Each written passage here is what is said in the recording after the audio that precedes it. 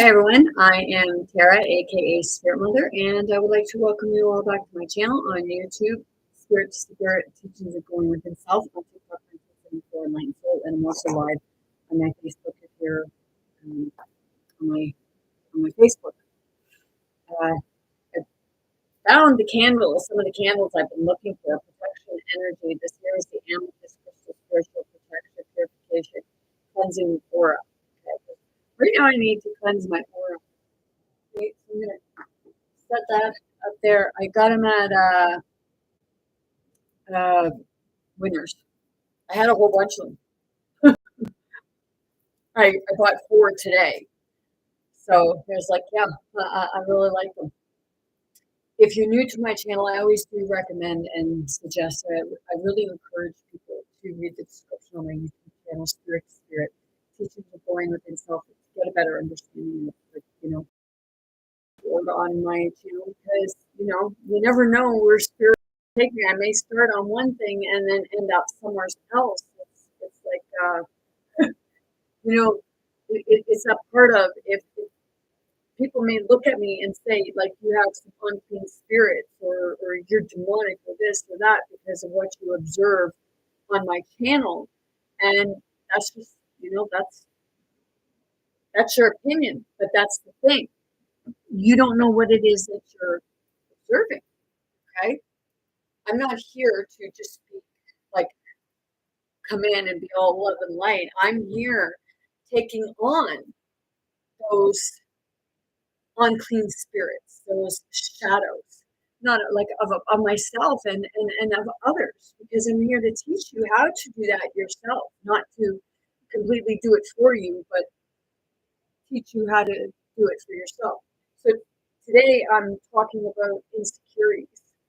And I chose insecurities because, like, I've been having a lot of insecurities lately. Like, it's all going through, and a lot of my insecurities was my weight. Okay, because I've been like, I was at regular weight, and then when I had my car accident, I became overweight, and then something happened after I went down unconscious the first time in 2009. After like, something happened because I started losing weight really rapidly, and I couldn't eat anything. That anytime I did eat, it was like a dry heave motion, and the only thing that I could stomach was Mr. Noodles. So I had the insecurities about that. I had insecurities about my stretch marks. I had insecurities about my past with regards to relationships, friendships, family structures. It was like I always felt like I was never good enough, because it was like, even family, sometimes family says to you, like, ooh, you put on weight. Look at that. You're getting fat, or like, you look anorexic. It's that part of, sit with this, sit with it for a minute, because I don't tell you about your insecurities. I don't say that you're fat, you're overweight. Somebody that I know was really thin, and they looked very, like, at points they looked drug out. And when they put some weight on, they looked good. But I didn't tell them about, I don't go at somebody's insecurity. Like, people will think that, when I come on here, but I'm going at my own stuff. I'm bringing out my story and my experiences to help people understand themselves, and hopefully they begin to understand other people.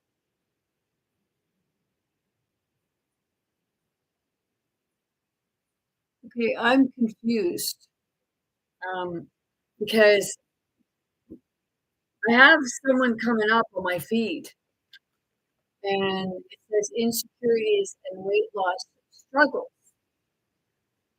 So I'm trying to figure out what that is. I don't know if it's like a content creator agent or what, because I haven't.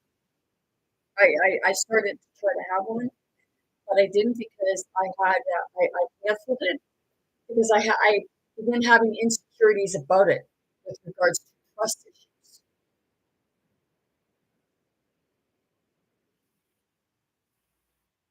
So yeah, it's really I'm been wondering because things have been transpiring, things have been going on, and I go with synchronicities. But just yesterday, it was yesterday. I don't even have my days straight anymore because to me it's like time doesn't exist. But I was looking in the mirror and I kept changing because I felt like I was uncomfortable because I started feeling like I was fat. I was reverting back to that insecurity of what others would say about my weight. Yes, I have some right here. I've been eating a lot of ice cream stuff, and it's like it's like I've been craving sugar, but I'm transmuting things all at the same time. And I haven't been doing a lot of walking, so I'm the one slacking. So my weight has always been an insecurity of mine. So when people play on that insecurity, it's like, why are you doing that? Is it because if you can pick out somebody else's insecurity,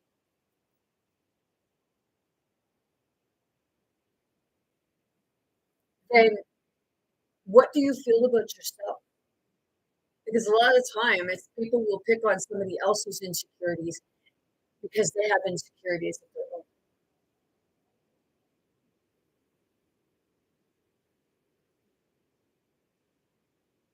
When I was 15, after I had my oldest son, I had four twins at 15, and then people that I started hanging around with, the guys, well, they would call me thunderclouds. My breasts had like the stretch marks instead of going squiggly, stretch marks would go out like it was the shape of the sun on my breasts, and I'd be called starfish. I had starfish, and my stretch marks and what have you. It's like I was 15. I was 14 and a half when I got pregnant. I was 15 when I gave birth, and people want to throw shit at my stretch marks. So for the longest time, I had some insecurities with that. Sometimes I do still have insecurities that go like that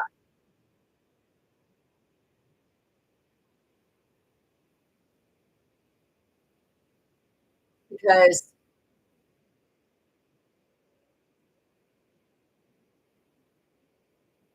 it's how you portray people to think something's gross. Some people think it's gross and it looks awful. And there are other people that say, it's beautiful because of what it represents. It's not because I became overweight at that point, but it was because I was pregnant. But it happens to people who aren't pregnant. They become, if they go from being skinny and they become overweight. So they have the stretch marks. I got the stretch marks going down my legs and what have you. And like just since Christmas time, I know I've put on weight because just before Christmas, I went and bought a certain like an outfit type thing, and now it's tighter on me. So I have to discipline myself and get back out walking, and I can feel in the throat chakra. Like a lot of people have those same insecurities, and it's like You don't speak up about it, you don't say anything about it, we end up in therapy because of it, and it's when people will pick at your insecurities, but when you start picking at their insecurities, it's a totally different story. It's like, yeah, I can feel it right in here. Like there is a lot right now, and I'm experiencing it. And I say my channel is spirit to spirit. So if you experience anything from this, it's because it's spirit to spirit. Those spirits are connected, and they may have had a great life in the past together, or there was a lot of what I'm saying. There was a lot of shit slinging and ridiculing and teasing and saying, well, when they say something that affects your insecurities, they say, oh, well, I was only joking. No, you weren't joking because you don't joke about people's insecurities. It's not funny. And you see some comedians and they'll joke about people's disabilities and what have you and insecurities, thinking it's funny, and people will actually laugh. But sometimes that person might kind of chuckle a little bit because they're embarrassed and they kind of want to blow it off or brush it off. With regards to comedians, hey, make fun of your own insecurities, make fun of your own disabilities,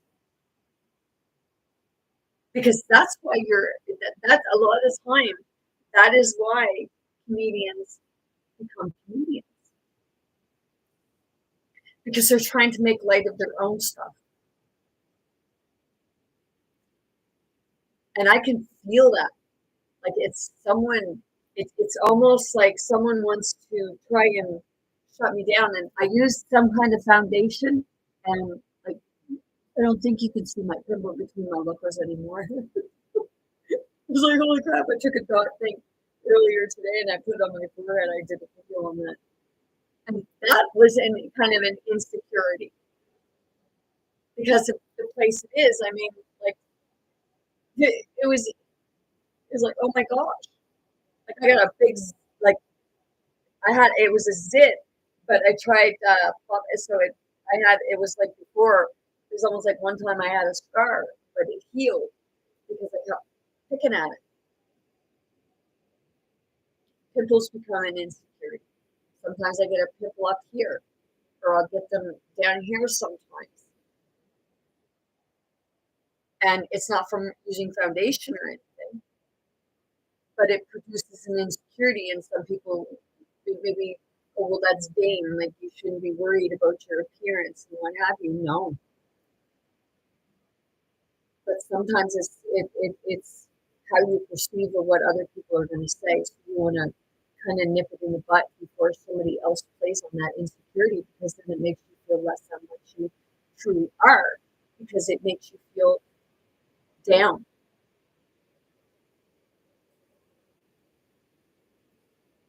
And we have to learn to wear our insecurities, wear them proud, because it's happening for a reason. I don't mean the insecurities, but like the reason why we're becoming insecure, we have to figure out where it originated from. And it's not that easy, because sometimes it originated from the time we were just little kids, because sometimes it's our parents who will do it to us, because they start out, oh, you're chubby. And then they start eating more. But see, the thing is, you're the parent and your little child is becoming chubby. Who's to blame for that? Some parents will put their own insecurities on their children,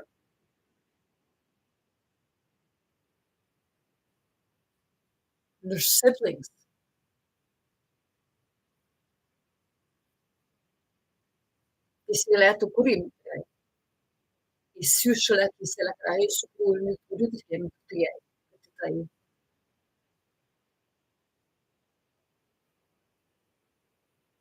See, I know that, like, when I start just speaking out, it's because spirit is telling me,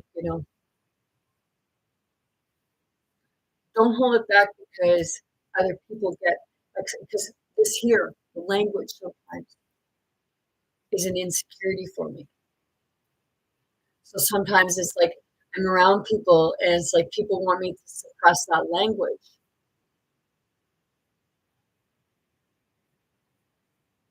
But then my question is, why?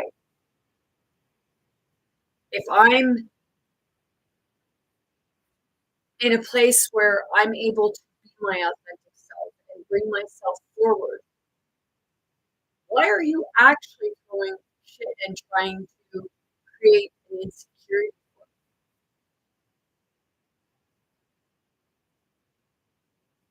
And other people would I like it's that part of other people are feeling the same way. Why? Why are we doing this to each other?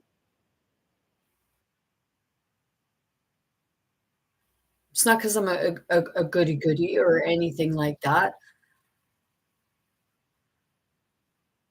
Like shit, I wouldn't hurt anybody. But I know how to have fun. I know how to let loose. I'm not going to insult you. I might ask some questions about certain things, but it's not to pick at your insecurities. It's because I'm curious. How do you know something about somebody if you're not going to ask about it? I know it plays on your insecurities, but maybe all you have to do is talk to them and ask them so that they can bring out. And I can feel that right now. It's like a rush right up. It's like right in here, and it's like, whoosh. It's like 30 motherfucking, I'm not doing it. Holy snap and arsehole, man.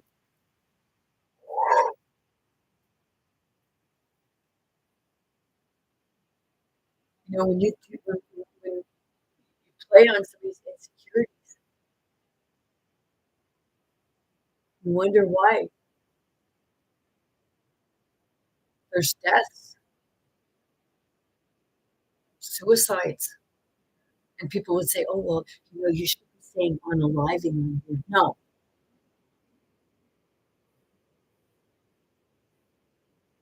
I'm not going to sugarcoat something.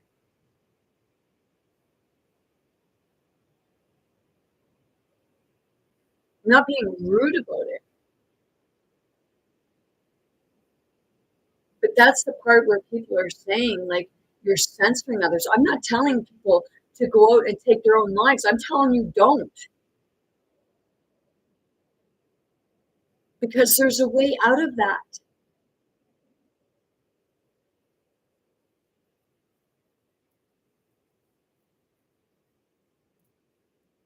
And the ones that, they want to say about your weight or they want to say about your insecurities, just look at them and say, hey, not being rude, but you might want to look in the mirror at yourself. Because they really do. They need to look at their own reflection. And that's not being rude. So if anybody took that as being rude, because I felt that in my body.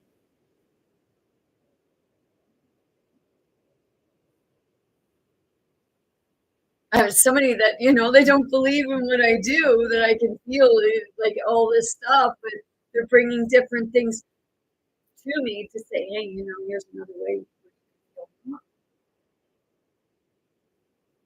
It's like, yeah, okay. I already have no friends because, they think that I'm judging them, but I'm trying to help pull those insecurities out of them so that they can see them. I'm trying to help them pull those traumas out so that they can look at them and let them go.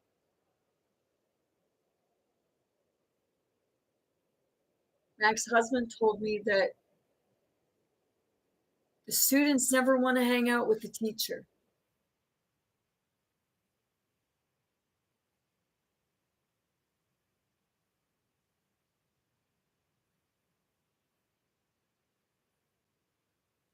It's like, hold on a minute. You're separating the teacher from the student when not only is the teacher teacher, but the teacher is also the student because you have the ability to teach the teacher something that maybe they don't know that you know or understand, or they need to see it from a different perspective.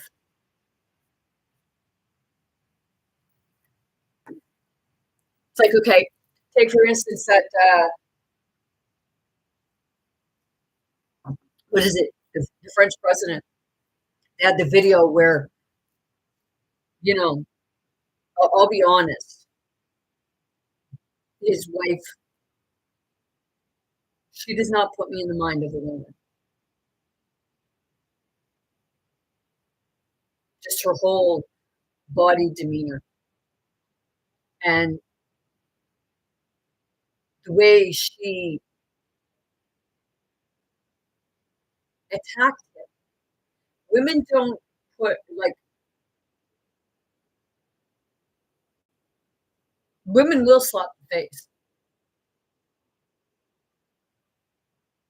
And I've seen like women will push men's faces.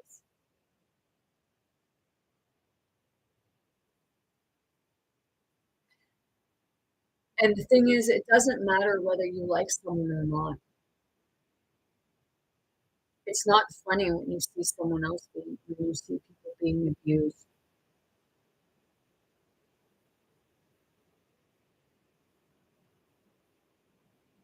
But see, that was something that, they probably didn't think that people were going to see unless it was staged. But it didn't so much look to be. And I know that people say, we're all in an illusion and what have you, and I understand that, but to other people, they're not in an illusion.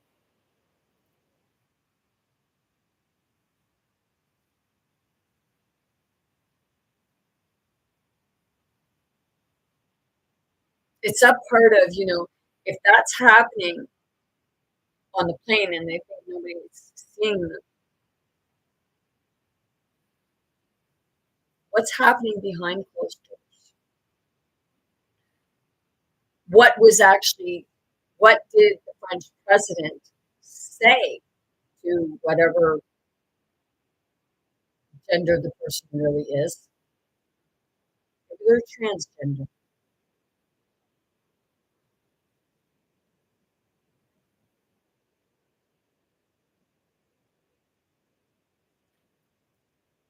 Women do it to men do it to women do it to women, and men do it to men.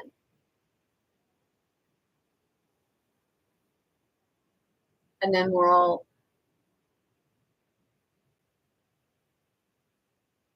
playing a victim. And people can say that, you know, I'm not abusive, I'm not this, I'm not that. Everybody has been an aggressor and what you perceive to be a victim. They've been on both sides of the coin, depending on where you're sitting and you're looking at it. Because I've seen people, that they say they're good people. A lot of church people would say about how good they are because of the religion that they go by and what have you. But they rip you off just as quick as they look at you. Because I've had people who said they're of the church. We had one plumber, he ripped the fucking hole all through rat shit and left it and didn't finish the job. And it was like, what? But took the money because he wanted to be paid ahead of time. He said because he needed to get the parts. Well, I know fucking one thing. The parts didn't cost that much. And he didn't put in that much time. And not only was he a church person, but it was the church person who recommended him.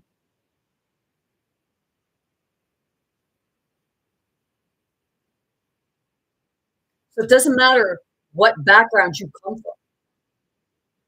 Are you going to have, because you're ignorant and what have you? Are you going to be hide behind your religion and say, "Oh well, I'm good because I'm of this religion"? No,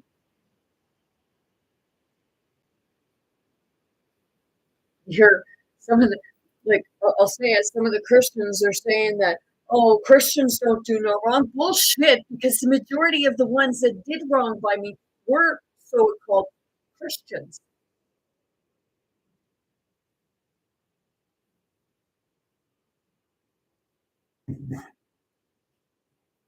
Seriously, I go by the actual Christ.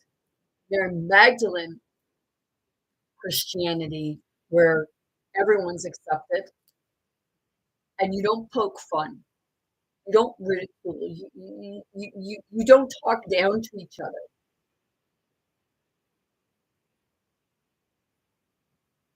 You help to lift each other up. And if you can't come up, you don't take and try dragging somebody else down because you're in the you're in that slump. They say misery loves company. So I had like someone say like about my eyebrows.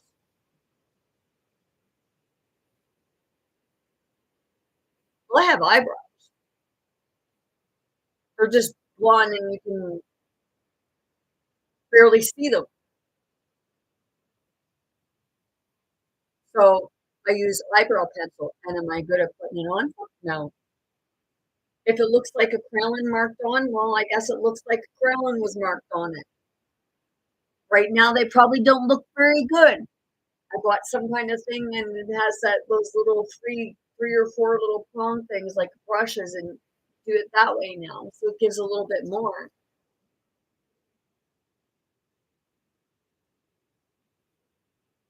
So yes, I do get insecure about not having eyebrow pencil on my eyebrows because I look like I have none.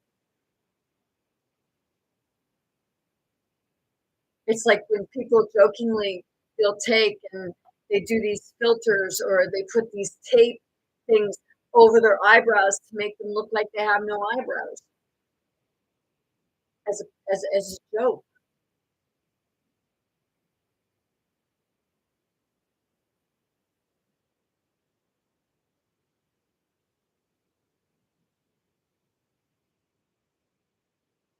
My education was an insecurity because a lot of places, well, whether you have college or not, you don't have grade 12, then, you're still nothing. I've seen more people that didn't graduate that are smarter than the ones who graduated because you graduate, okay, you can go to university, you learn basically one thing, the thing that you need to do, right? So you don't bother to learn anything else. And this song, Lady Gaga, "Shallow," are you happy in this modern world? No, not the way it is. I'm not.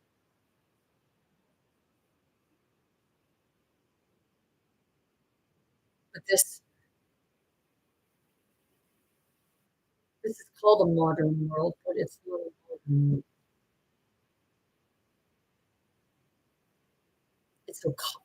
It's a world caught between two worlds.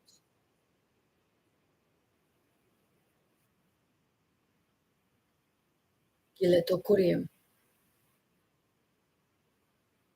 So you're seeing a lot of insecurities coming up. You're seeing a lot of people fighting with one another.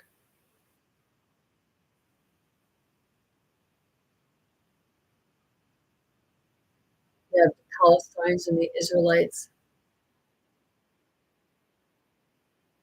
I saw Israelite females, young ones, might have been in their 20s, early 20s, and they were saying about killing people. But that's stuff from your ancestor, the insecurities. and the anger then. And I know, like, this is a really touchy subject, and people say, you got to pick one side or the other. Who the fuck are people to say that people has to pick one side or the other? It's no. Those people just need to stop fighting and start talking with one another instead of saying that we're going to kill this group of people, or like this group of people has to be extinct. And I understand that because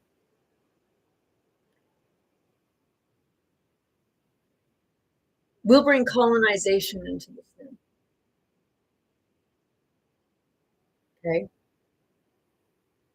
They're trying to colonize the world.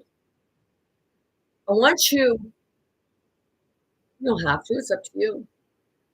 Sit back and sit with it for a minute.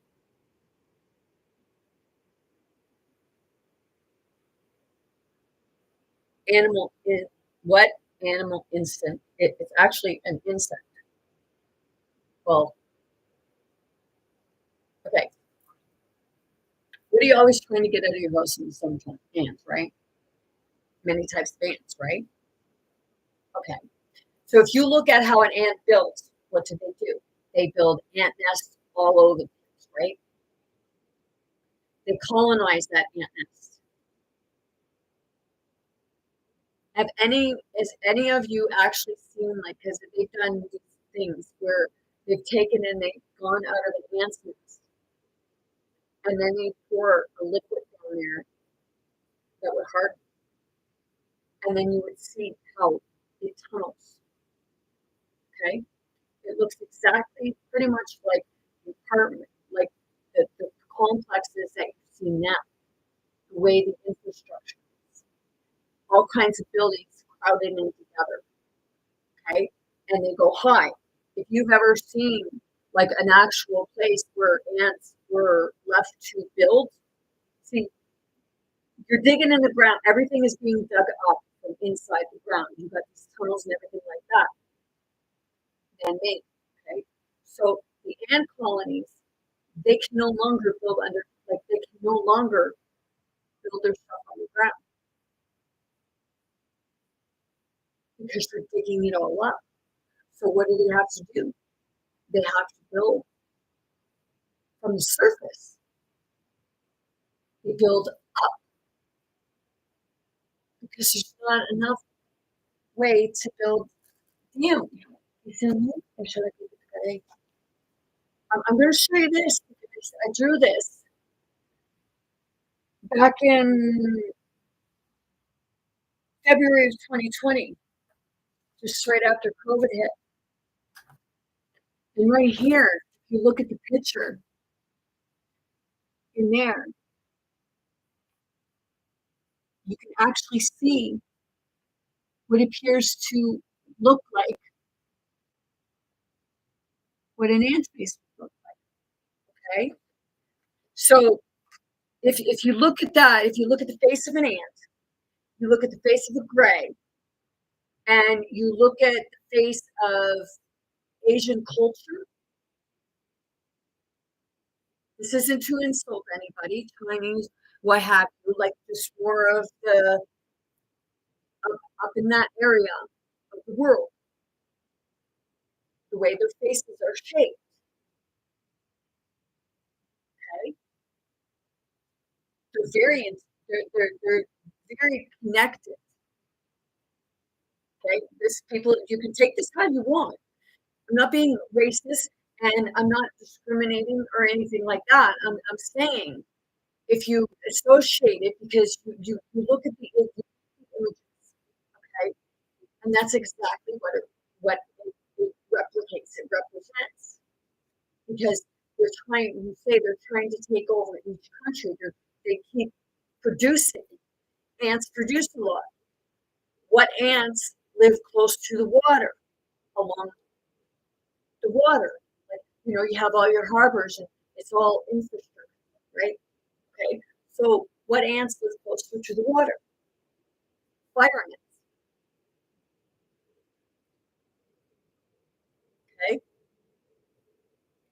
So think of it this way: we go and we kick down their nests, and everybody is much like, I'll say, much like ants. Okay, we're working, and I have it right here in my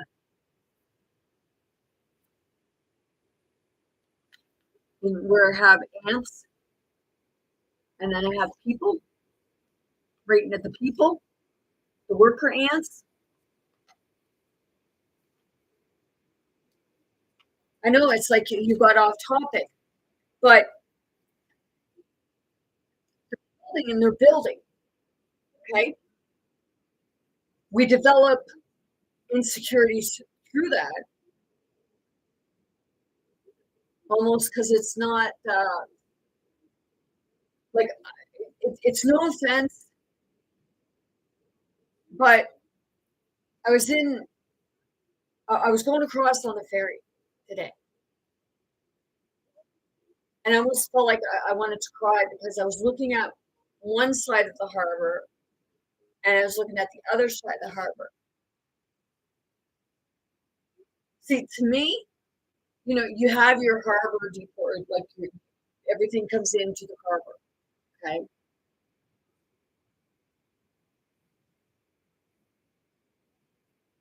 And everything's all unloaded down there and what have you. And it looks terrible. The shore of the ocean is supposed to be beautiful.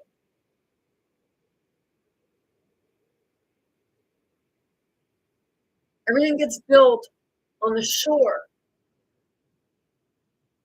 or right along the water. And I know they say, well, it's easier to get things here and there. The biggest majority of it is fucking office buildings.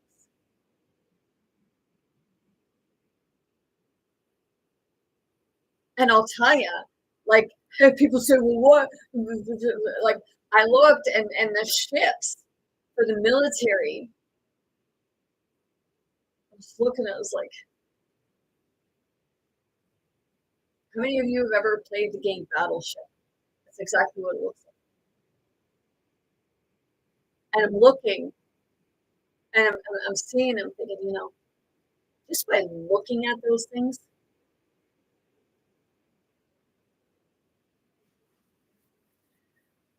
I could say, hey, sixth grade granddaddy, come back and teach how to build. Because they sink in no time, 20 minutes. But the reason for that is because the ones working in the ships are limited to resources.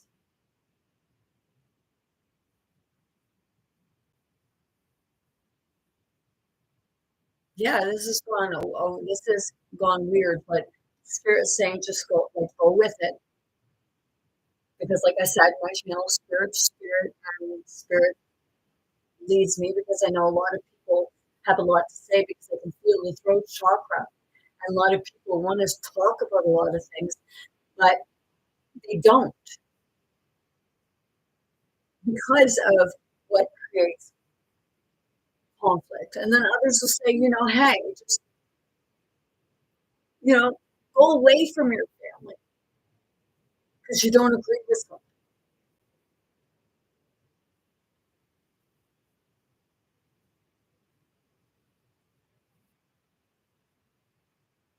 Insecurities are usually built from home life, happens in school. But the ones that are ridiculing other children is because they're experiencing it in the home.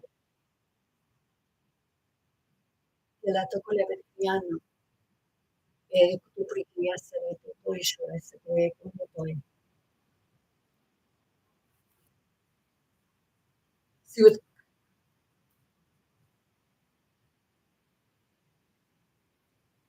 when the European settlers come over and they started suppressing the Native community, the Indigenous community, the settlers. They started picking at their at insecurities. They were always feeling like, something, it doesn't feel right. So the best way to keep people under control is by picking at their fears and insecurities, making people continuously be in fear of their insecurities by feeding them foods that are unhealthy. Like I said, I've been eating ice cream, and it's like, wow, whoever is coming at my throat chakra, and right in here, I must say,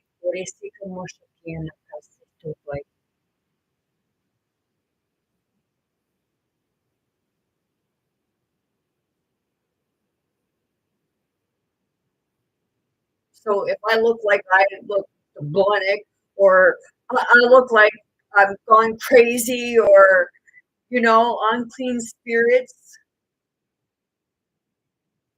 I'm the one addressing them.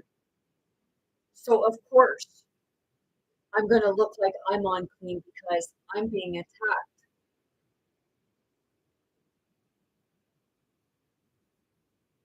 Am I going to feel humiliated from it? At first, I was really reluctant and nervous to do it. But now, it's my authenticity. Take your insecurities and turn it into your power.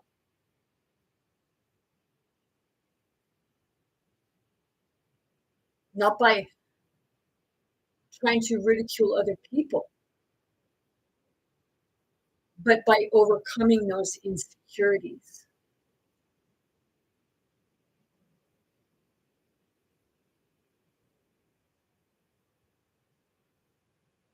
And insecurities can be a lifelong thing sometimes, but it's only if we don't address them. And if we don't stand up, and the people that, they want to ridicule us, people say, well, just ignore them. Somebody has to stand up to the bully. And by you not addressing the bully, you're leaving the bully to go bully other people, and you say, well, at least you're not bullying me. Well, seriously.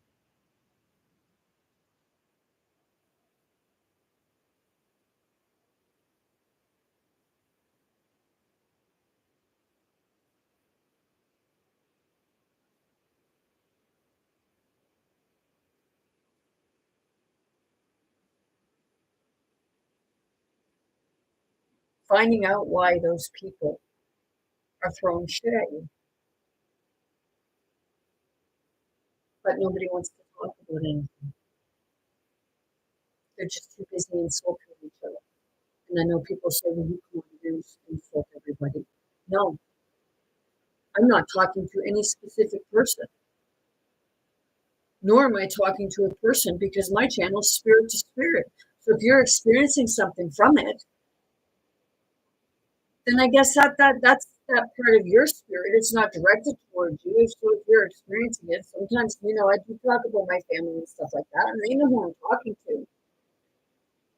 But I also know it's that part, they know not what they do or say. I had, like, my sister, she mocks me for this stuff and tells me basically I'm not psychic and all this stuff, and in many ways. And then, like, there's these children that have gone missing. And she didn't call to see how I was doing. She called to ask me if I was getting any readings. She asked me if I was following the case and if I was getting any readings.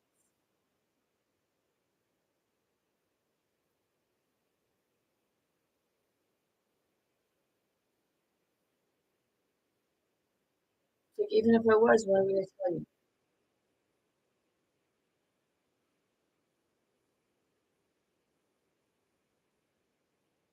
See, it's different when it's somebody else as it is if it's your family member. Te la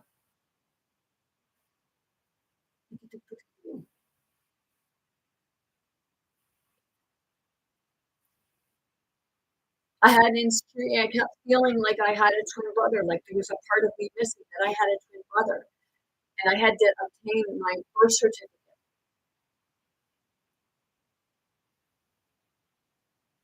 to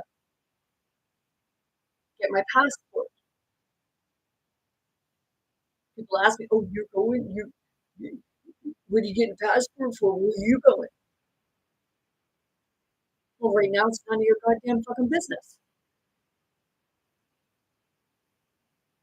Do I ask you where you're going because you got a passport? Or you're going for one? I'm fucking 50 years old, and it's the first time I've ever gone for a passport, and you're gonna fucking like, where are you going? Well, hey, it's okay for you guys to go out of the country, right?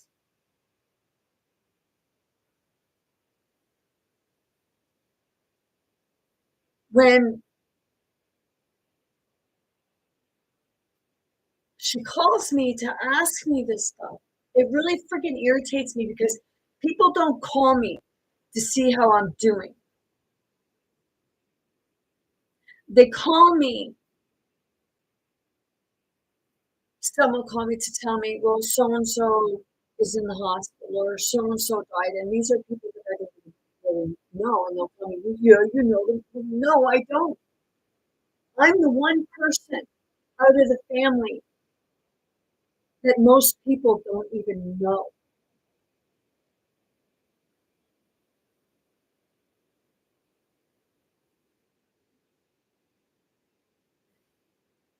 Most of the people that have attacked my insecurities or attacked my well-being and what have you, my weight and things like that, it's been more of my family than anybody.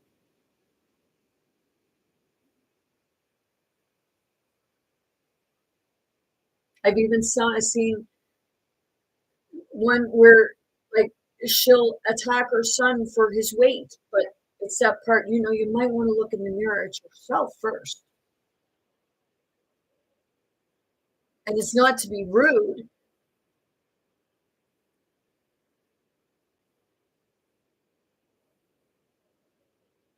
Still like,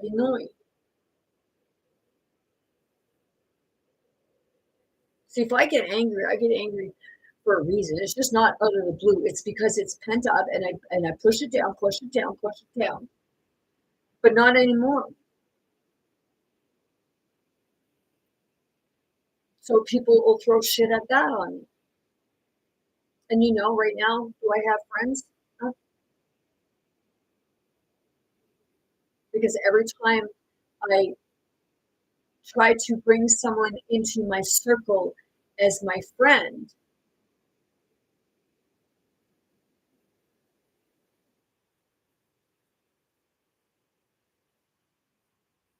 I end up feeling like, what the hell just happened there?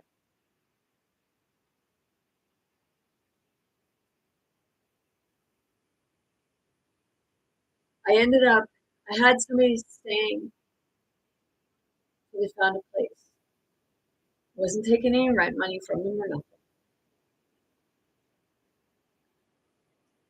I gave up my space. And this one night, I was in my tub and I was having a really bad week. And they were on their podcast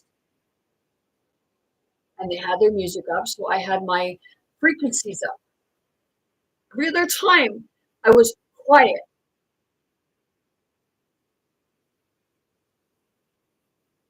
but they were drinking. And that's why I don't like being around people who are drinking. Not just because of this person, but because of how drinking makes people behave.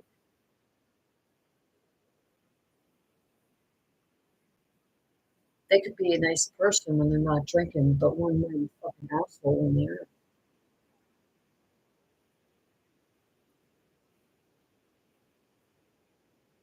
So I was in my bathroom and I had my frequencies up loud because I was trying to tune everything out.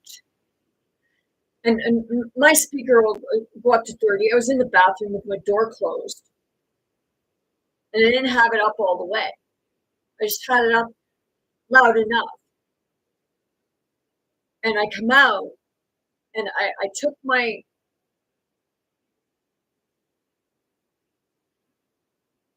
machine in the room and I left the music on because I will have frequencies on remove negative energy. I wasn't even lighting fucking incense because the person didn't like incense.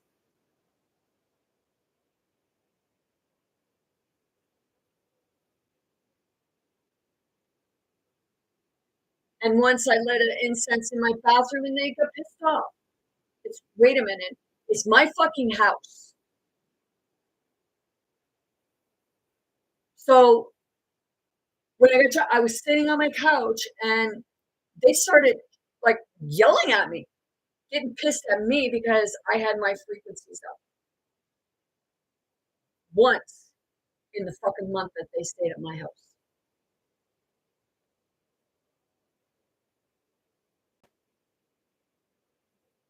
So it was like they were towering over me, and it's like, you got to back off. And then, yes, I did leave. I went upstairs and in my ex-husband's house. The next morning, I left and I went to my dad's place. I told my ex-husband that I didn't feel safe because of the person's behavior.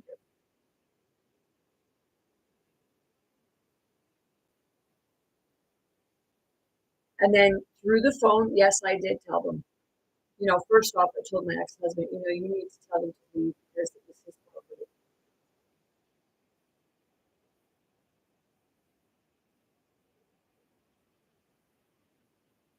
And yes, I did through the phone tell them to leave because I was done with the fucking drama. I had my own drama and people were bringing drama and it was creating more drama.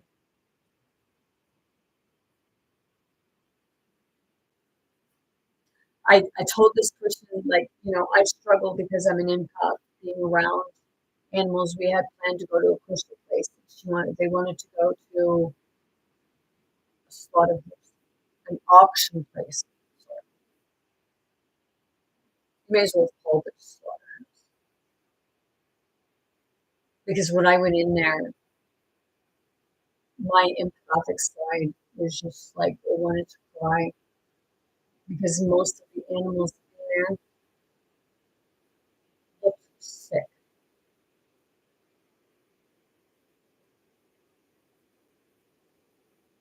Not well taken care of.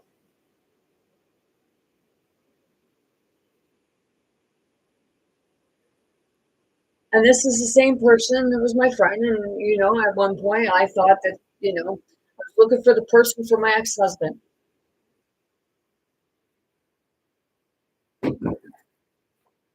I, I laughed at them too because we were out one night and my ex-husband come to pick me up. She was at the door next to my ex-husband. And she leaned in and she kissed him.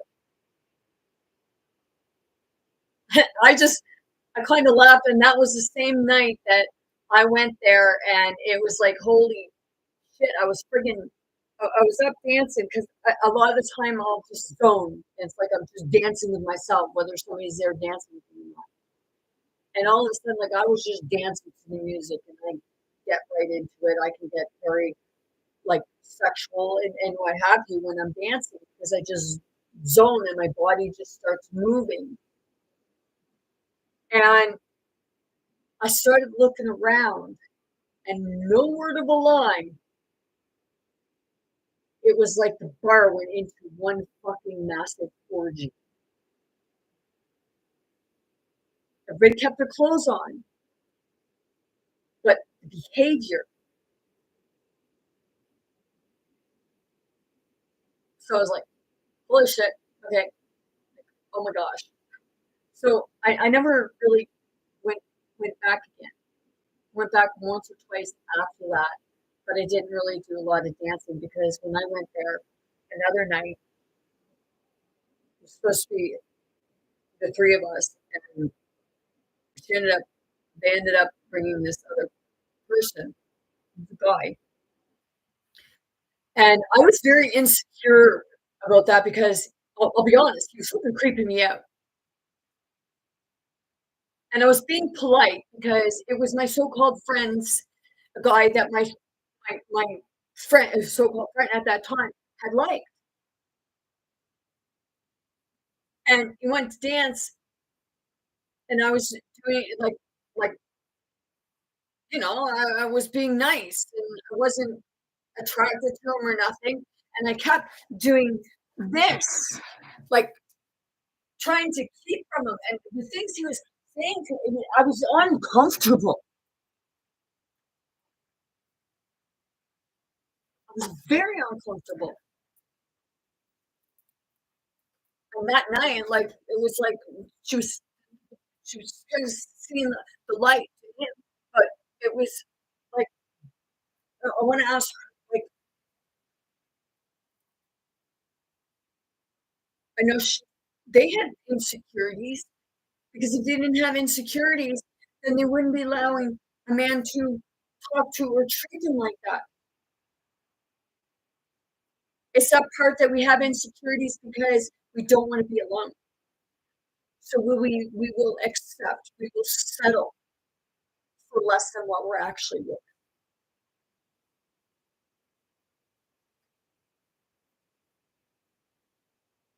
It's the same person that they were talking to one night on FaceTime.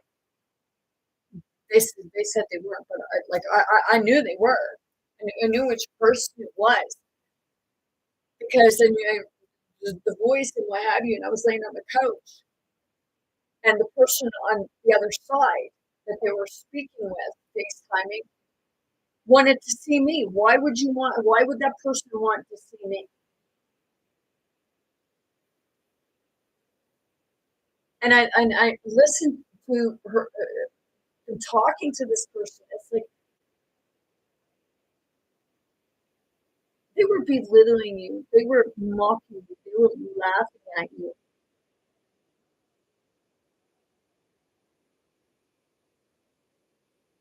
And what the person didn't see is that I had tears coming down my eyes because I couldn't believe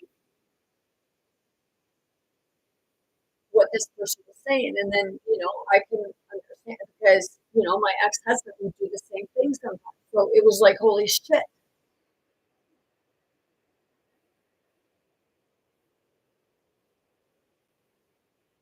I know that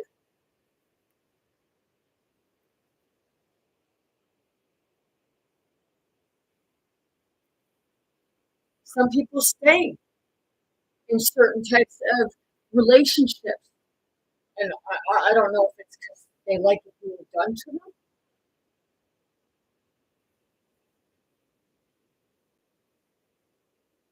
or if they really don't want it being done to them, but they don't know how to get out of that.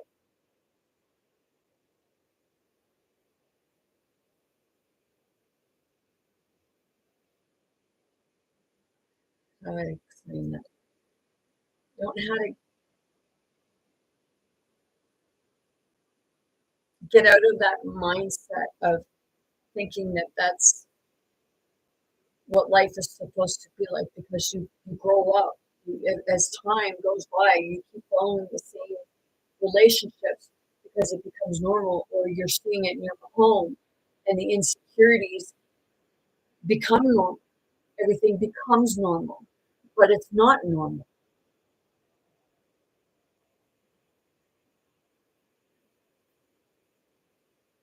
It's that part of, your throat chakra.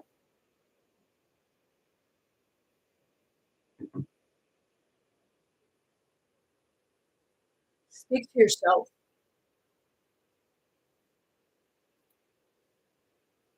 because it's that inner little child that's hurting. It's that inner child that has the rage.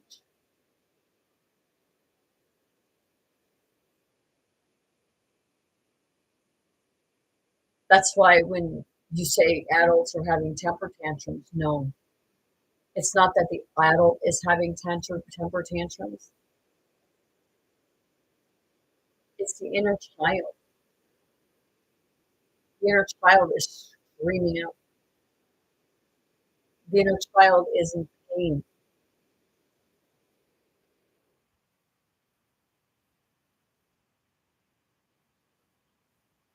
It's in pain from abuse. It's in pain from not being heard. It's in pain from criticism. All throughout your life, you become that child because you keep pushing the burdens down on your inner child because you feel like you have to bury that inner child in order to survive.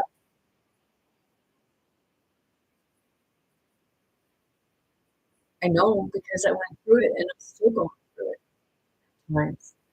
I'm still working through it. I come off, I know, sometimes more like a masculine man than I do as a feminine woman. Put me in the right atmosphere and see. Make it so that I don't have to be in protection mode all the time or defense mode. You do that for a woman and you watch them actually flourish. So things that, they might want to help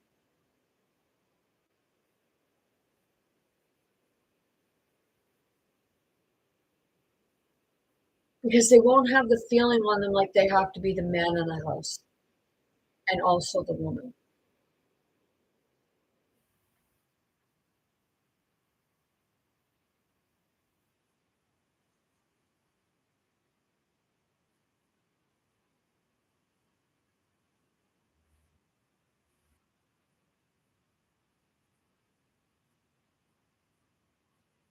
Like, why, like, I need to go to more places.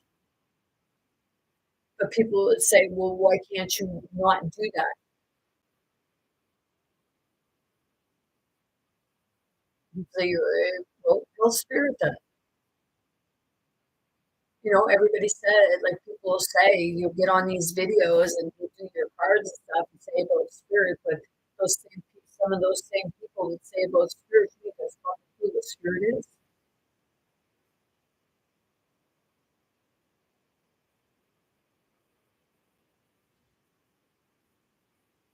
It's saying it's not. I mean, you're not finding spirit by going through a book or something like that. Whether you're doing a spiritual education or whether you're doing your program education,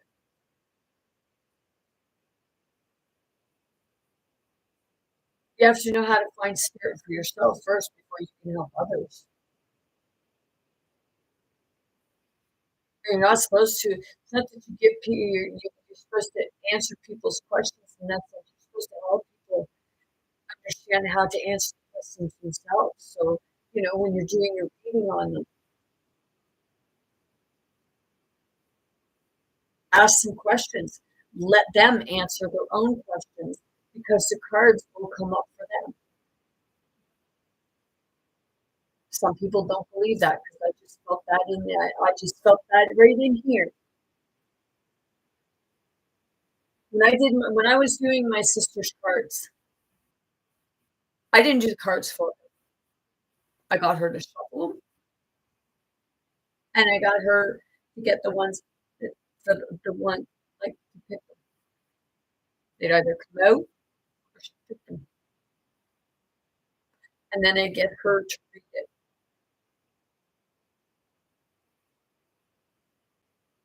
and then she would. So that's when I would start asking them questions so that they could make sense of what that reading was telling them, not what I was telling them, but what they were getting themselves from that reading.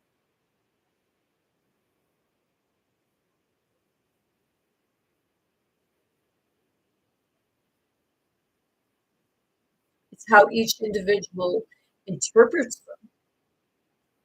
Some people interpret them the same, some people interpret it differently. But wouldn't that be the same as if you involved the person themselves instead of just doing the reading for them? Ask them questions as you're doing. Teach them how to read the cards themselves.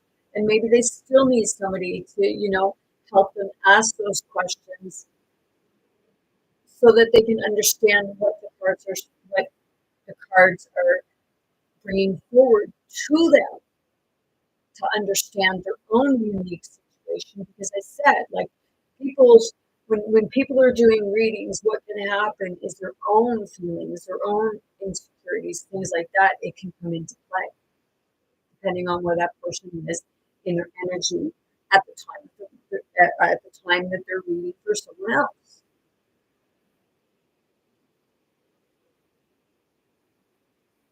And some people, they'll say, you get readers on here that are fake. Yes. But is it that they're fake? Or are they just trying to learn how to read cards? And it's just taking longer because the ones who already know how to read cards that should be teaching others how to read cards hoard it for themselves.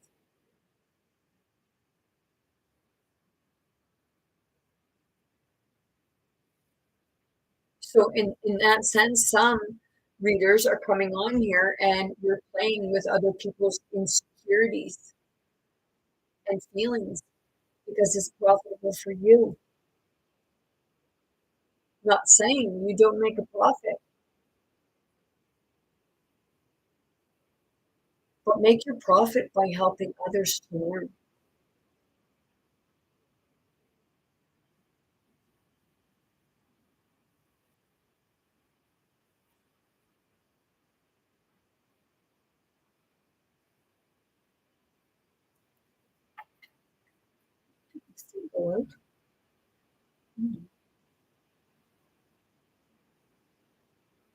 Watch me burn my nose. My hair singed one time when I first got with when I in 2001. It was when I first moved in with my ex-husband. Oh man, I fell asleep and I had my hair in a ponytail and I was in my rocking chair and I was leaning like this and when I was so my hair, like when I moved the tip of the ponytail come up because I had a tea light sitting on the end table. I actually have the end table here where like it's burnt. And the wick, the liquid, because it was a tea candle, so the liquid, my hair caught the liquid and it started traveling up my hair and the flame caught. It was like a Michael Jackson thing. I heard Michael like start hearing Michael Jackson. Yeah, it was like a Michael Jackson thing. And I was like, it was smoldering the foam in my rocking chair. So it was keeping me from knowing what was going on. And then my ex-husband, he happened to look over and he seen the fire traveling up my hair. I still sometimes get little flare-ups in the back of my neck from where it had burnt the back of my neck. My ex-husband said when I realized what was going, I went to run and he tripped me and put me to and started pulling the fire and the liquid out of my hair with his bare hands.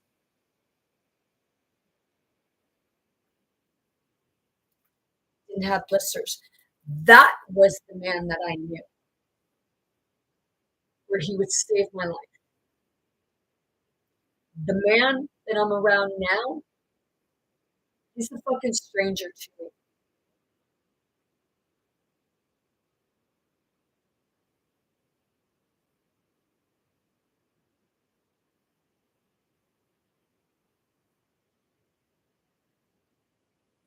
It was my ex-husband who paid for me to go get my 6 courses in mediation, conflict, negotiation, resolution, and friggin' oh, there's the fox. Hold on.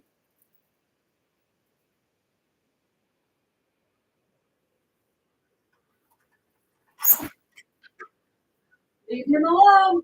Mauricio que tomó lesbian. Usted. Leave him alone. Burrito Durian. He's not hurting you.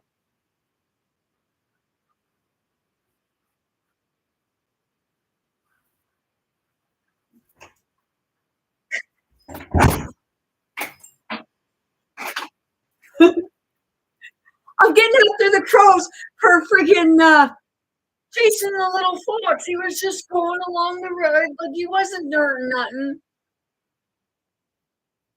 No, people say, "Where's the fox?" Well, they're fucking crows.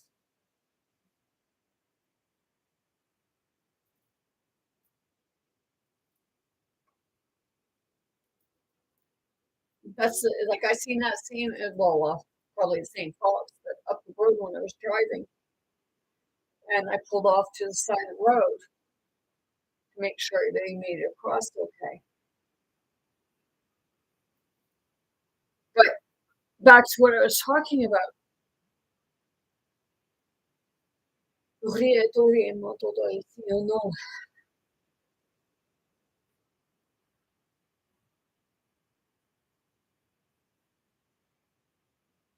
There's a lot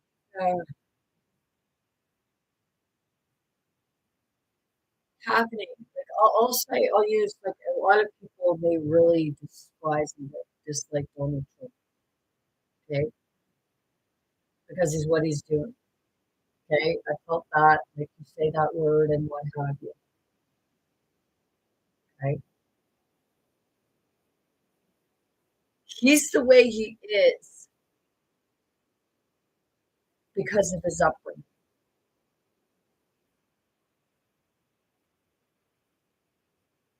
Is it an excuse for him to continue to behave like this? No, because right now he acts like an adolescent boy child. You see the videos and things like that, and when we're making comments about him, and he has his fits, as people call it, his outbursts.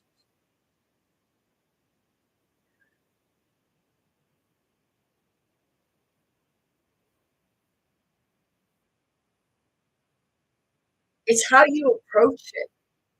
And my question is, has a woman ever stood up to him?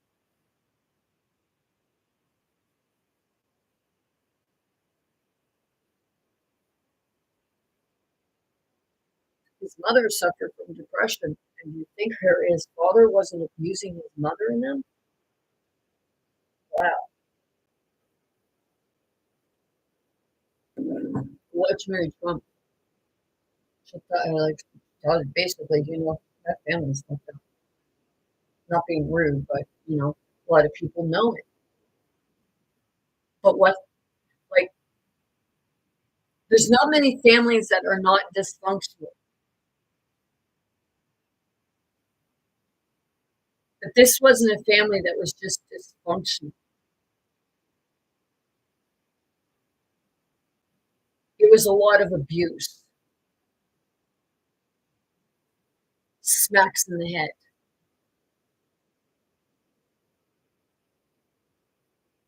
downgrading,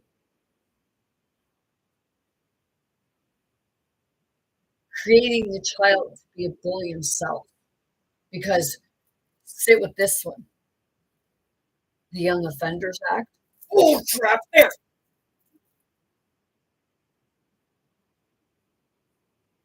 What do you think that they say about a Young Offenders Act?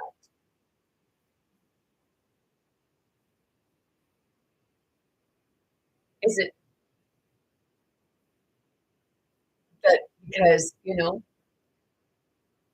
wrongdoing, they'll use children because a child doesn't really get in trouble for it.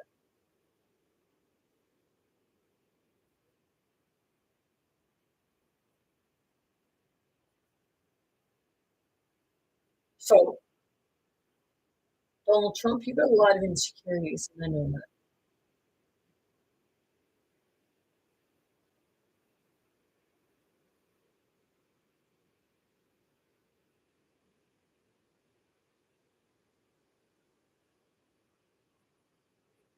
You've hurt so many people, even if others don't believe that you did. See, the thing is, this is a spirit because I know who the spirit of Donald, more or less who the spirit of Donald Trump is. I've got a pretty good idea.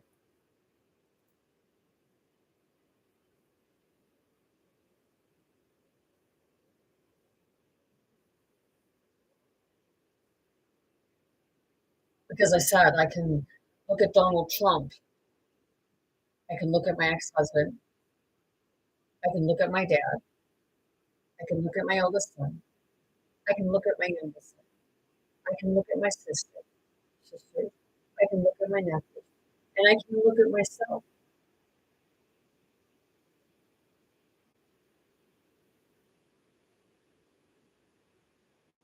See, people say about, okay, now you have ones on TikTok and they have red hair, okay, because they say that people with red hair were black people.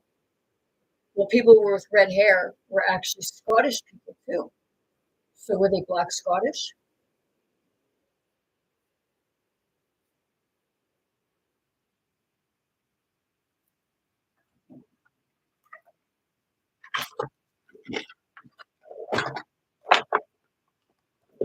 You're of descent.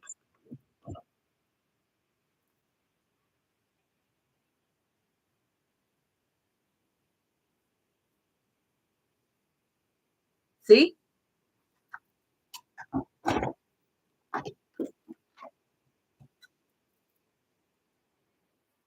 You know, I guess they say RH negative people came from Africa and European countries. Well, wait, let's see. Scots Irish. My ancestors came from the European countries. One side came from Scots Irish. One side came from the European countries. And apparently, because of my reddish hair, I have black culture too. And I too am an RH negative.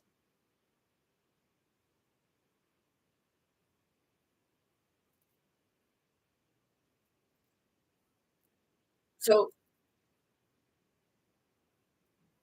there's 5 things, okay? And then my sixth great granddaddy, he had a religious seal.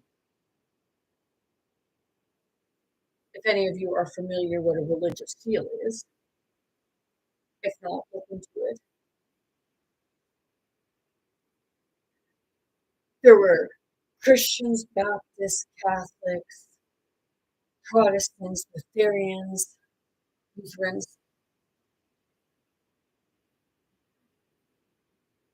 And on my second great Grammy's side, 11 generations back, they were all rabbis.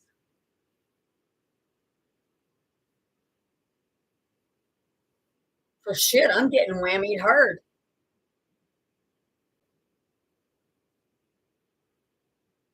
But you don't see me identifying as anything but Tara, my name, or AKA Scare Mother.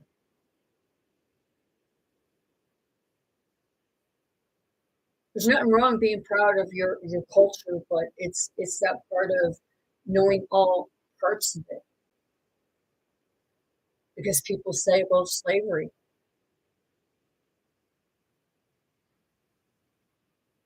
the Scottish were slaves, the whites were slaves, blacks were slaves, Asians were slaves, Caucasian or uh, Indians were slaves. And I'm saying the word Indian because, you know, there's nothing wrong with it. It just became demonized to say for some cultures because you related back to, oh, they're scalping us. Hey, Edward Cornwallis was the one who scalped my seventh grade granddaddy who happened to be an Indian, just a European one.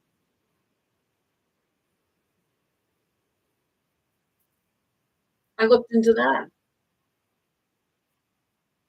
Am I going to be insecure because I'm bringing this forward? No.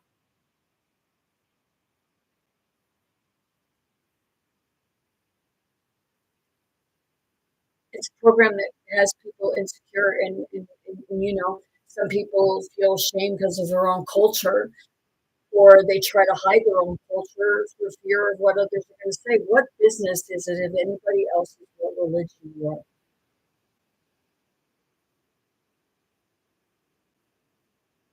That's the problem today. That and who you vote for.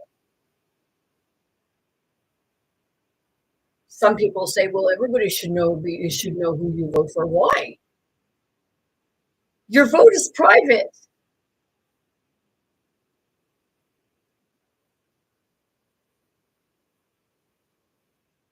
but you fight over it and you throw shit at each other for it. And you know, someone might say that I know might say, well, you do know. I bring forward both sides of both sides of it. I look at both sides of it because there's two sides of every story. Like, you know, people, okay, let's say you're talking about, we'll talk about states, Republican and Democrat, which is conservative and liberal in Canada. People say that, oh, the liberals are assholes and like they're not very nice people. Wait a minute. I've had more conservatives talk down to me and tell me that I was demonic more than I had liberals.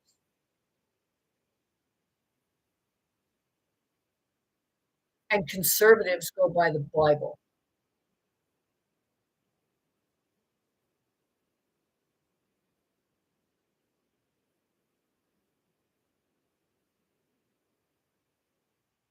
There are times where sometimes I feel like I'm suppressing myself to make other people feel comfortable, but I'm uncomfortable.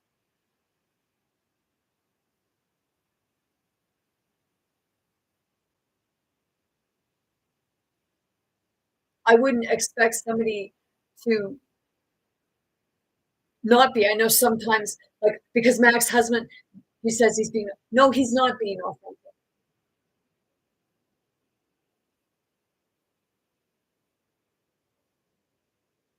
And if he is being authentic, he's not the man that I met. He's not that person. And people say people change. Yes, people change. But some people also like to play games because they think it's fun.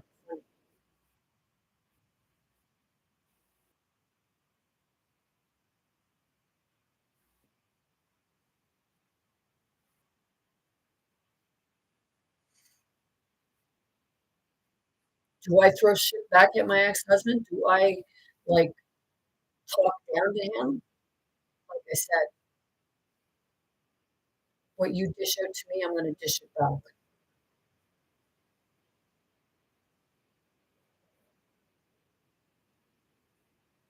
It's, it's like It's only if they're attacking me, someone will say, "Will you be the bigger person?" No. When you have someone like that, that's where you need to stand up and speak your language right back at them, because no one likes to hear their own language.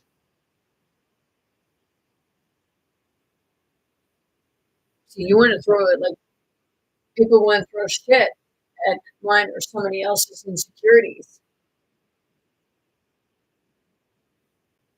but the minute it gets thrown back at them, they become the victim.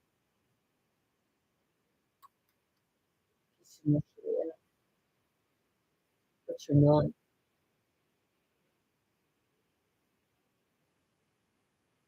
They say, how's it going to stop if people keep doing it to each other? Well, maybe one day,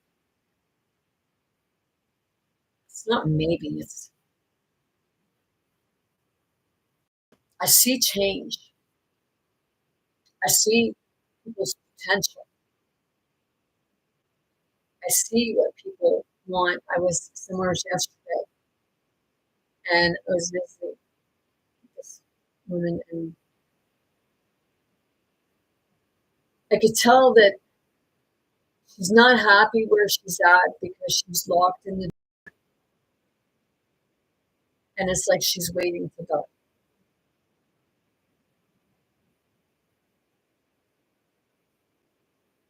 But when I started talking to her, I found out things about her. She enjoyed England. She liked going there. She talked about her younger sister. And I started like hearing her and asking her questions about it. Like when I said about like her like being here, and she's just in the dark. And she started like getting uppity at me about, she started saying about her brother who just lived down the road. So I looked at her and I said, no, no, wait. I said, put that aside. He's not in the conversation. Put it aside. I'm not talking about him. And she's an elderly lady, but it was because it was being rude. I was bringing her back to the conversation that we were talking about, because she has animosity towards her brother because she's so close and there's no relationship. And I guess he's a peckerheaded wiener, putting it lightly. See, it's encouraging her to step out of that comfort zone, because she spoke about her sister, and like I said, because she doesn't have the internet, and I asked like would she FaceTime, and she didn't know, and then all of a sudden she was excited and she was uplifting, and then all of a sudden it was like she was brought back down there.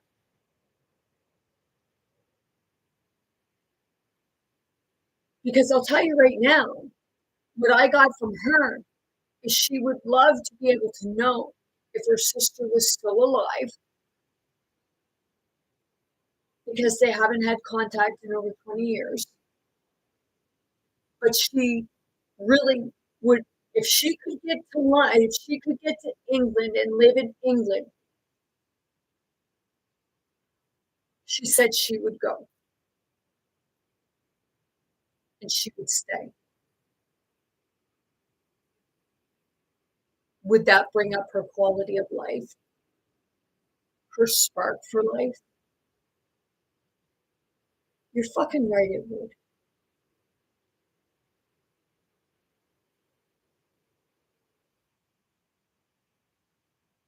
She informed me that she hasn't been out of her house, her apartment, in 4 years. Long enough for a doctor's appointment.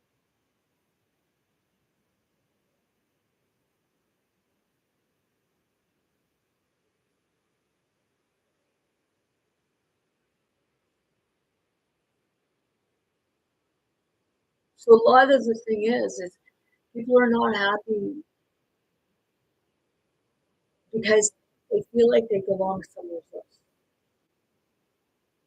different part of the world, country. They need to switch up their surroundings.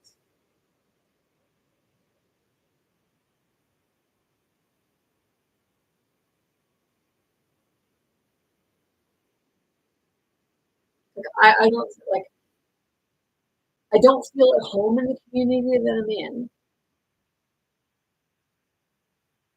but I can't say that I don't like the people because I don't know them. But there are certain ones that I'm like reserved on, but I don't like listening to other people gossip about other people.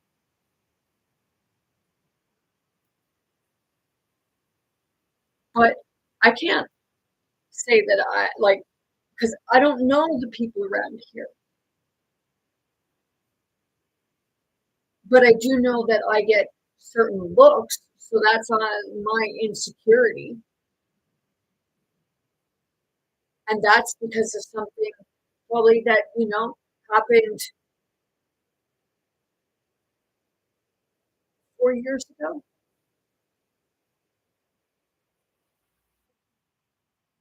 Going on 4 years ago.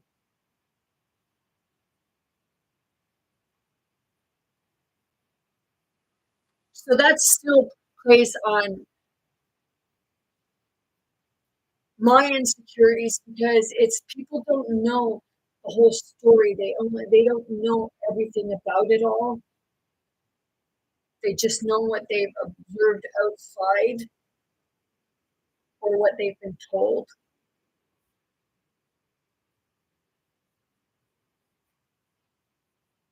Because it's like they look around. It's like it's like when you look at Mary Magdalene, the way they treated Mary Magdalene, she was a harlot.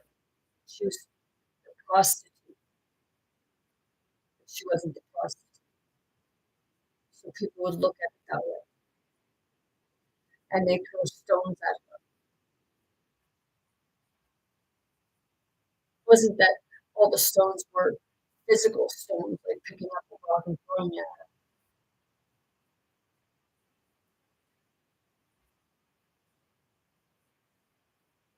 The stones were the insults, the downgrading.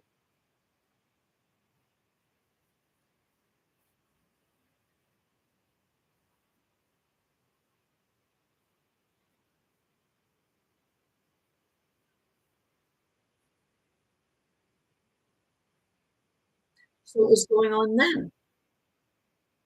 And that was 2,000 years ago. So when that song Shallow comes on and it says, "Are you happy in this modern world?" Fuck no. Because it's no more modern of a world than it was back when people are saying that other people were like shitting in the streets and throwing shit up buckets out their windows.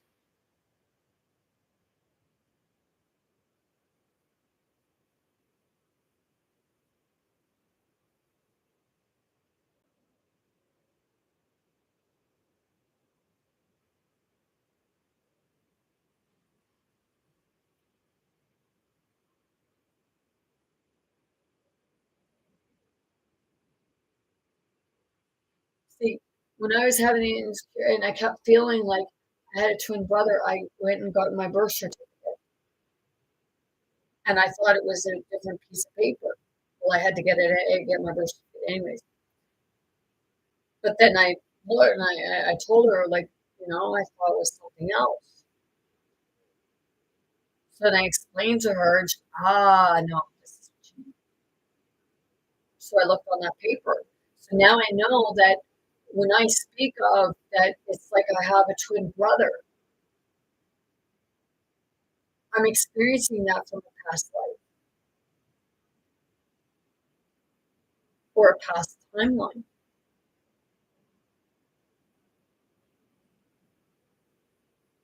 But it could also be experiencing somebody else looking for their brother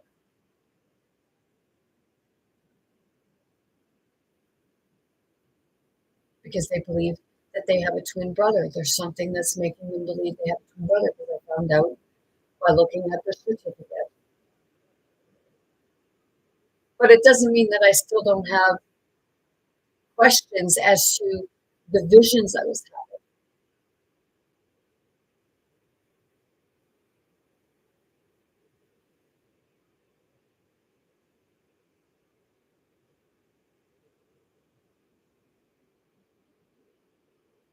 I can hear that candle.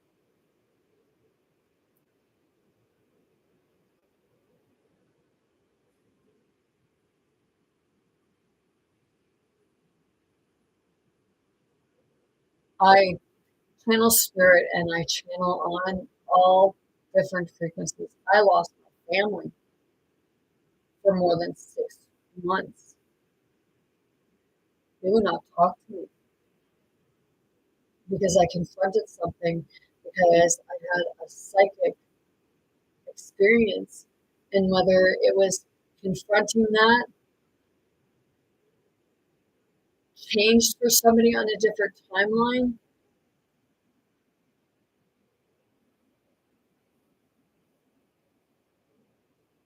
I'm not sorry for bringing it forward. And why am I not sorry for bringing it forward?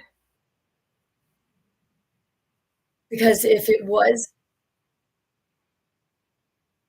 wouldn't you want somebody to tell you about it?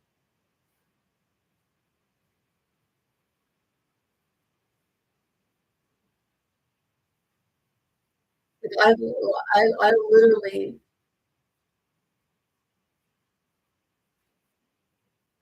went through hell with regards to that, but I had to sit with it. I had to keep moving forward. And I had people telling me, like, just don't worry about it, keep going.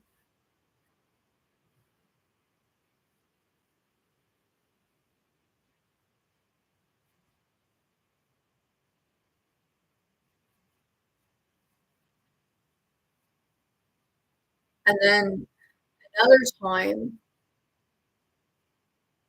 last year before Christmas, basically they weren't talking to me again. My family don't really call me. Like I said, the only time they call is if they want to tell me something or ask me something. It's never to see how I'm doing. So I just figure, I'm not going to call them because, obviously they don't want to talk to me.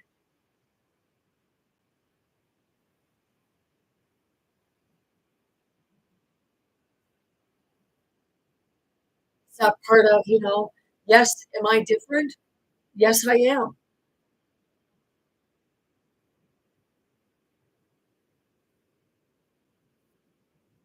Like, what gave you the first clue? The Grisito Amor? I didn't learn the languages anywhere, so how the fuck do you think I connected with this stuff?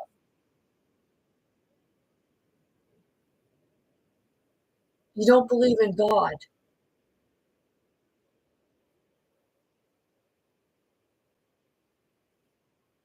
but you also don't believe in something other than what is perceived to be not possible.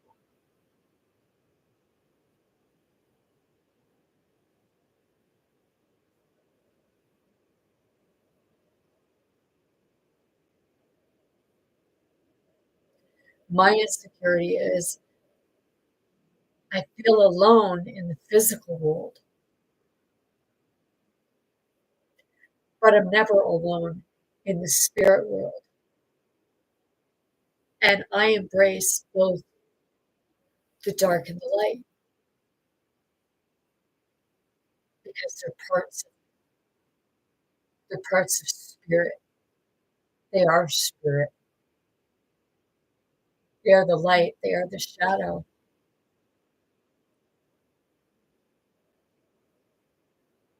And when people play on your insecurities, they already know you're insecure.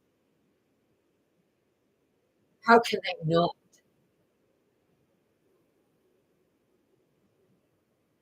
Your family.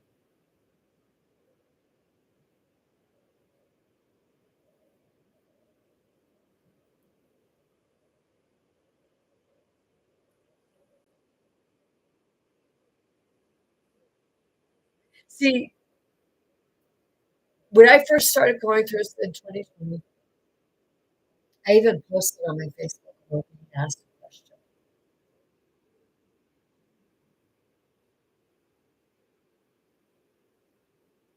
of, would I take money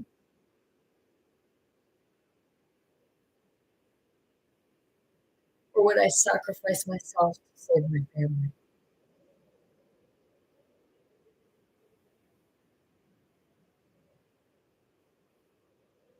I'm poor because I sacrificed myself for family. People don't understand that because they say, well, what did you sacrifice yourself? Look at me,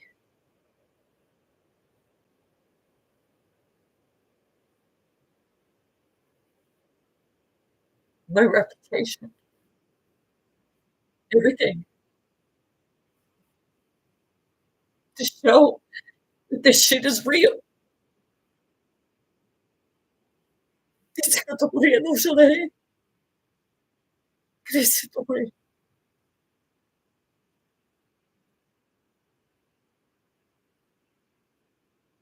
So do I rage? Sometimes you're fucking right, I do. And until the pain stops, I will probably continue to rage. But I'm aware of it.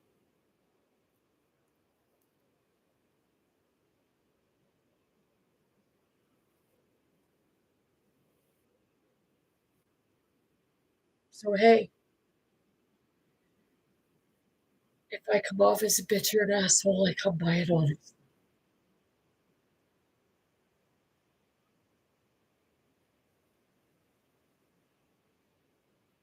It's like being part of that meat. You back me in a corner like you would a raccoon. And yeah,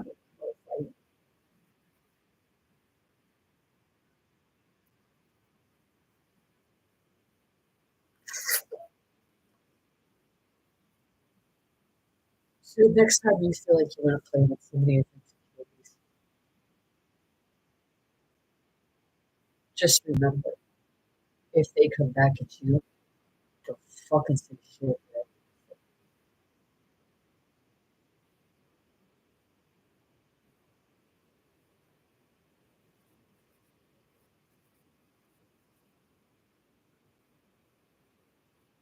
You get some people that, you know, they say they love you, care about you, but they don't want to know anything about you. They don't want to know your pain because they don't want to live through it. They want to tell people that, what they experience is their own fault, but hey, you don't want to explain your words.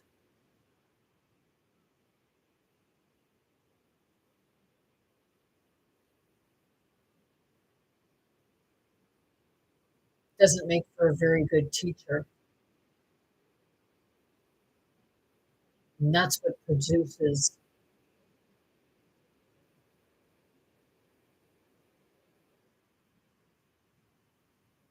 a student that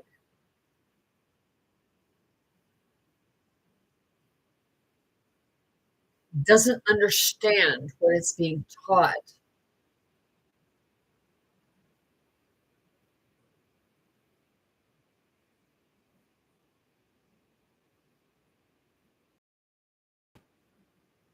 So it gets twisted.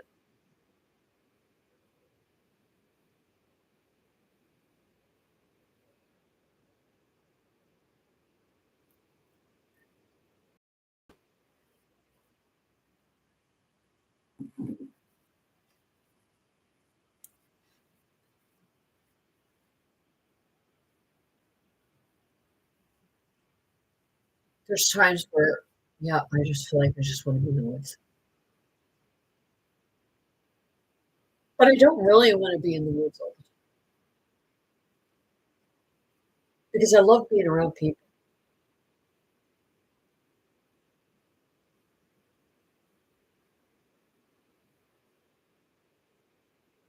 may be hard being around certain people, but Spirit puts me around those people for a reason.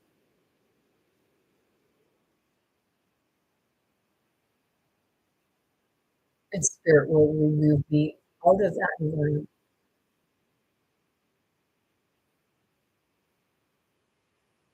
when Spirit is satisfied with the outcome.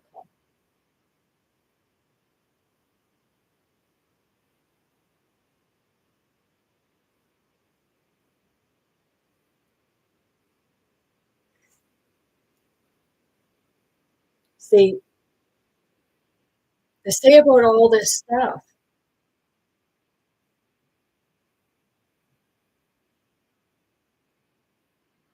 but they do it, and where are they getting it from? A lot of the time, they're getting it from biblical texts of the way they've treated each other, but nothing is ever explained.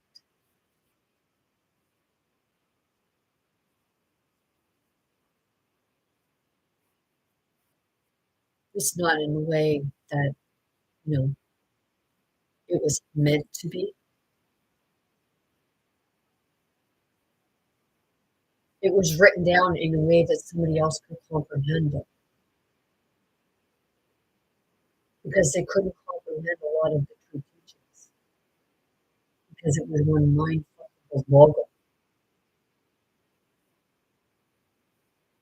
Not throwing shade on your on your biblical stuff because, like, there's different stuff. It's been manipulated 30,000 times. Your King James alone,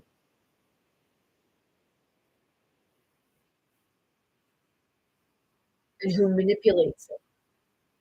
The ones who run the church. And like I said, I've had more people who said that they were of God treat me like I was a piece of shit.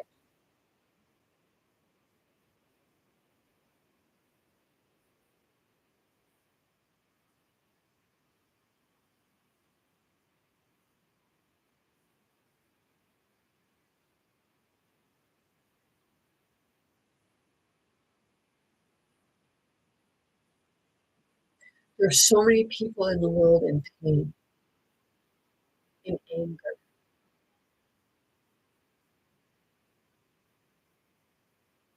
in emotion, in fear, in guilt, shame, regret.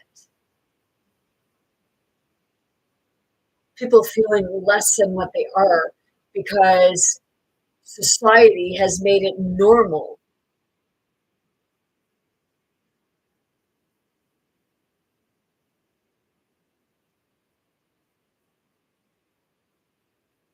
to insult people or laugh at and make fun of people's insecurities. We're supposed to be helping, like finding out why they're doing it and helping them heal. You know, if there's certain ones that you feel like, they need to be hospitalized,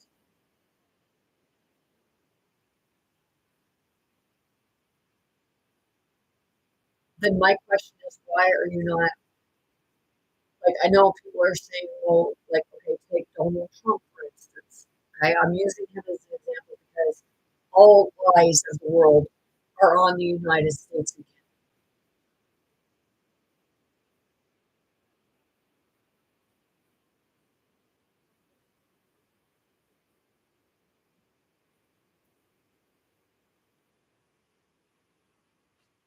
Who's protecting Donald Trump and why? Who's not standing up to Donald Trump and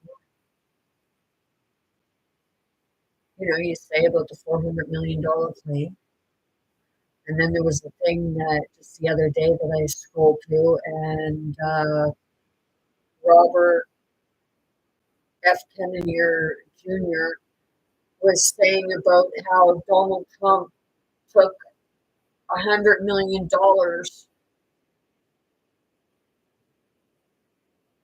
from pharmacare.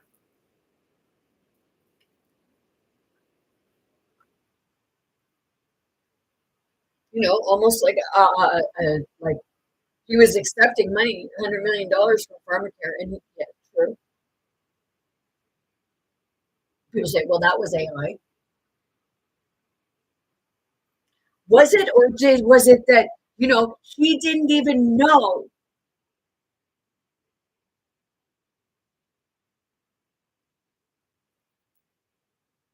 that he was admitting to what he was admitting to, or it was more of, yeah. So what are you going to do about it? True, yeah, I'm guilty of that, but hey, people get really sensitive whenever I talk about Donald Trump because I know you like him because you think it's with regards to he's getting rid of the immigrants and you're racist, and you say he's doing for no, he's doing for corruption. He's not doing it for the people, and it's not so much as getting the corruption out because usually it's not the immigrants that are the corruption because the corruption is already there. It's just new immigrants come in and they want to blame it all on the immigrants because that's the easy target.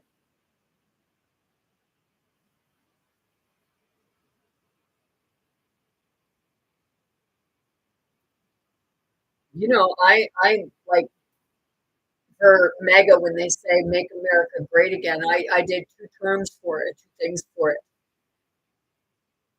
manipulate America, gangster ass clown, and then make America gangster anarchy.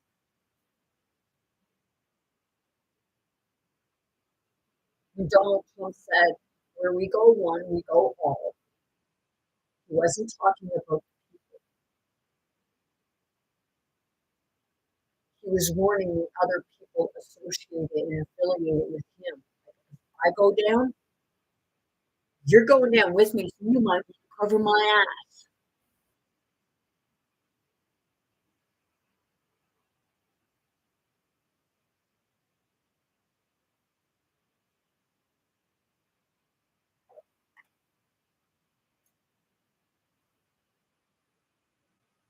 He has put so many people against one another,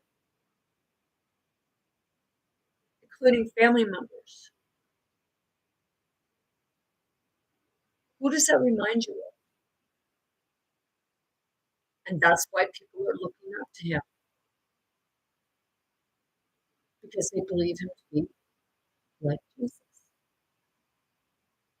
He is.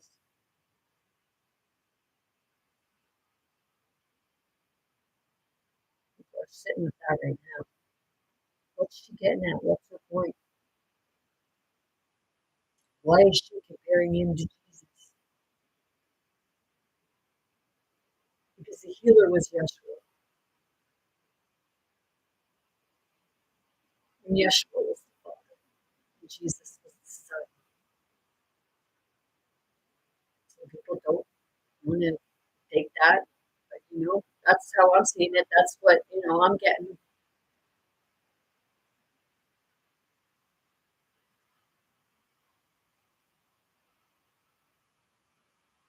Jesus was easily persuaded because he was angry. Why do you think it said at the thing, Father, why have you forsaken?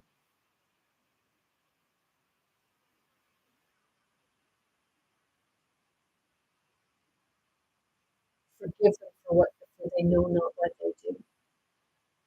Who did they say was at the foot of Jesus' cross? Mary Magdalene. And I said, I believe Mary Magdalene was Jesus' father, or Jesus' mother, and Yeshua was the father. Mary was at the foot of the cross.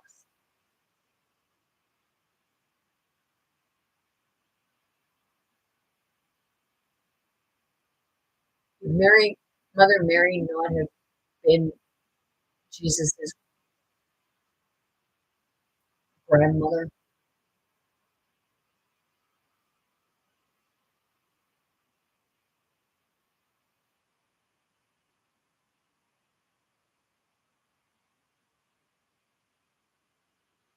And after he said, "They know not what they say or do," didn't they say that the skies turned black?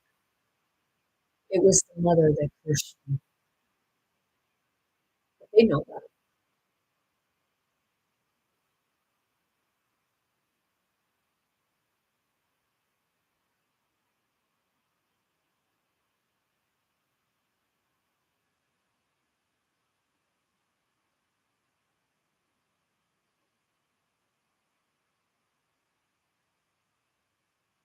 You killed her son. I know some people say that he wasn't killed, but some religions believe he was, and another one says that it didn't happen, and things like that. So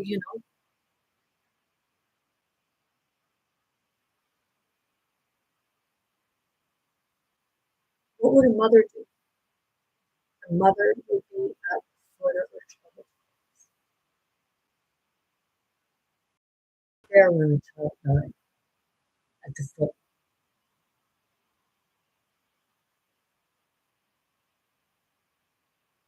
The prostitute was there too, right? But you said it was Mary Magdalene, but it wasn't Mary Magdalene, it was a Mary. And after Jesus died, she ran for the hills and hid in the cave. She lost her love, and Mary Magdalene lost her son.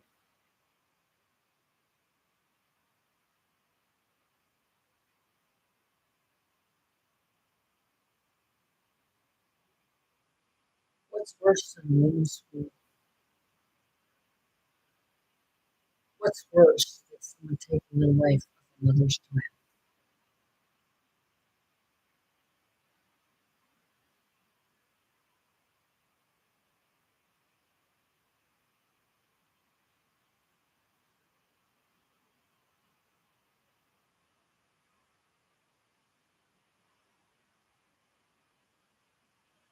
It was Mary Magdalene and Yeshua that left,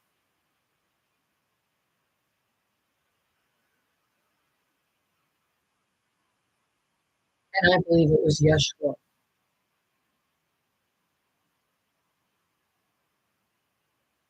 that brought Jesus back to life, because I believe it was Yeshua that brought Lazarus back to life, not Jesus. Because, like I said, I believe they're two different people. Some may agree with that, some may not.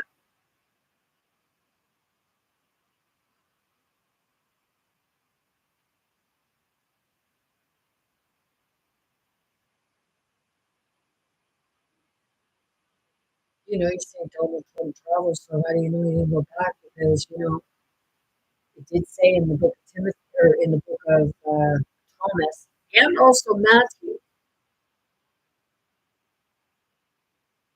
that Jesus came to create division.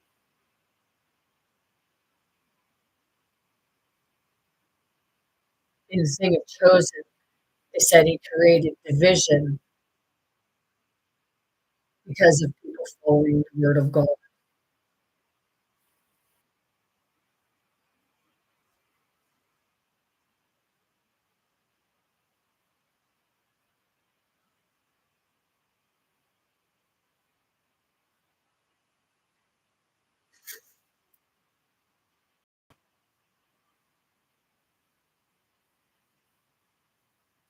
People say about the Antichrist, okay, and they say that the Antichrist will learn from the others. How do you think he learned from the others?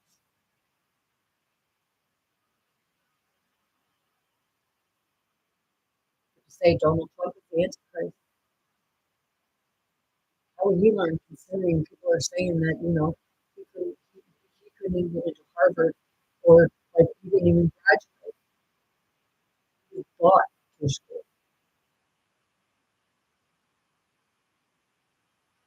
Mhm.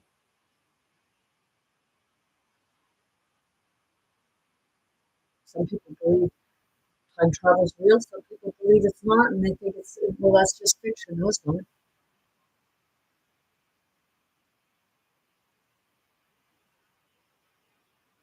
Time travel is older than humans.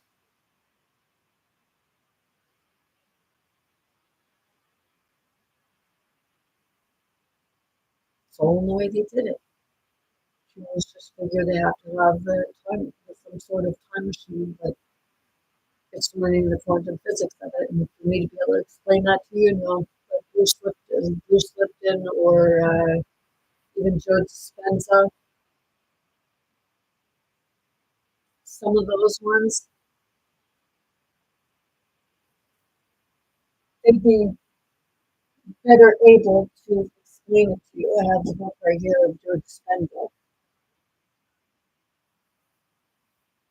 I haven't read it yet, no, because I understand what's in it. So I just have it for, sometimes with books, I'll randomly open up to a page and I'll read from that page because that's where spirit would be guiding me to go.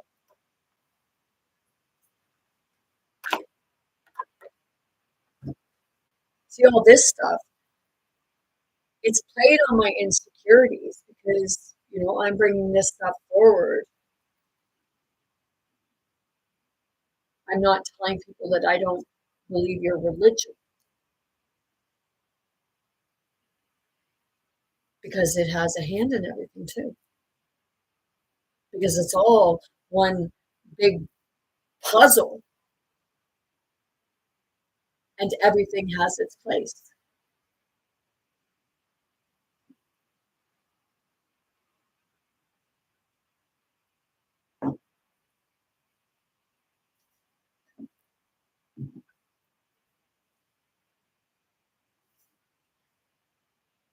We suffer from insecurities because of the part of we feel like we're misfits, black sheep, we don't belong,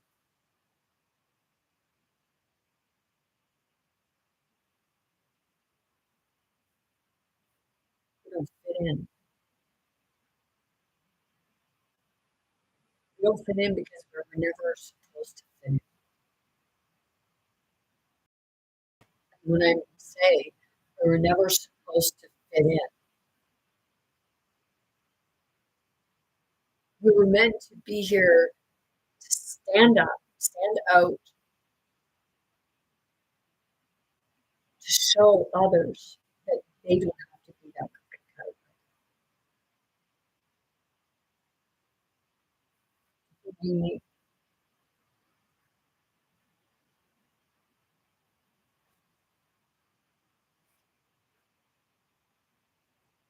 The stuff I have in my own, I don't know how many other people have the same kind of stuff.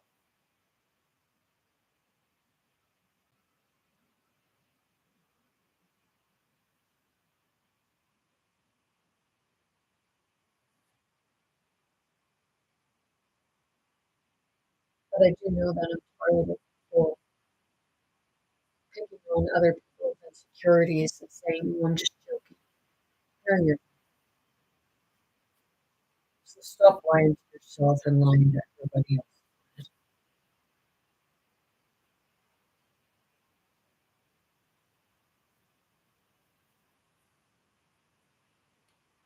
My ex-husband told me today, hey, he heard something or read something or something like that, watched some kind of video with regards to that confirmation, if I start like doing like 'cause I see sometimes people come in and they ask about co-hosting and I don't really know what co-hosting is. I don't know how it works. And he said about having people just kind of ask you questions about things, talking and then asking you questions. And it's like my insecurity is like, if it's a version of spirit that, it's like it comes out assertive. And most people, if they're watching my video, if I get assertive or anything like that, they withdraw from it because in one way or another, like you're an angry person, but that's the part where you don't hear the whole thing because you just see me as an angry person. You don't see, excuse me, you don't see the rest of the emotions that I experience and what it is that I bring forward and what I explain that you're witnessing.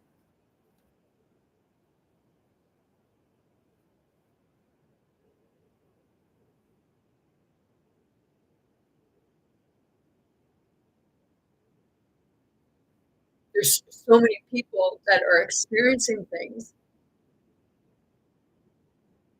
Some feel like they're just going crazy and just what have you, but it's that part, you're not. You feel like you're going crazy because you don't understand what it is that you're experiencing. And other people are poking at you about it.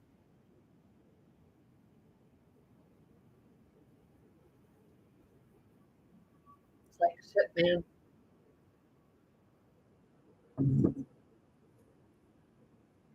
Like right now, the energy in here, I can feel it. Like I can literally feel it. Like it's just like everything around me. It's like almost like somewhat like how the audacity. It's like, yeah, the audacity.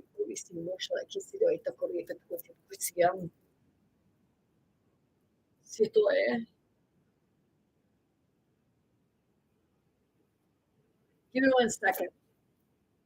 Oh my gosh, I just got up like an old lady.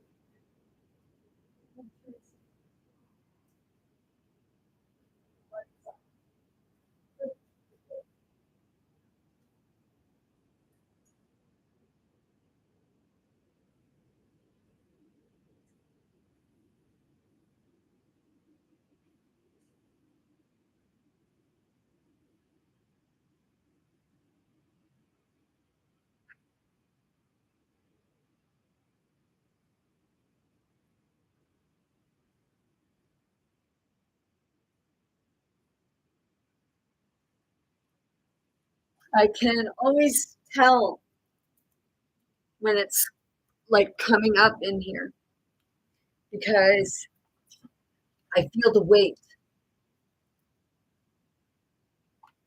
It's like a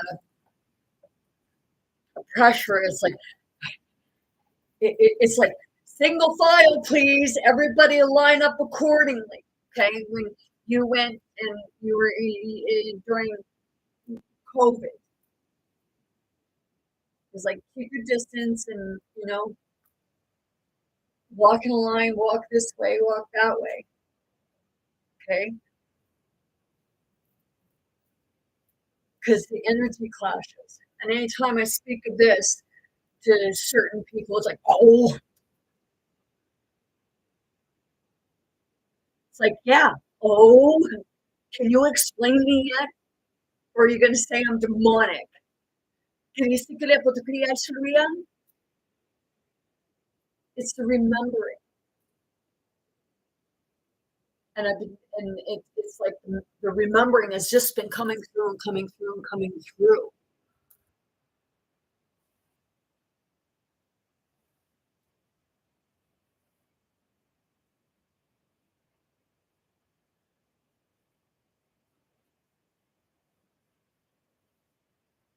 So, like, yeah, now they're,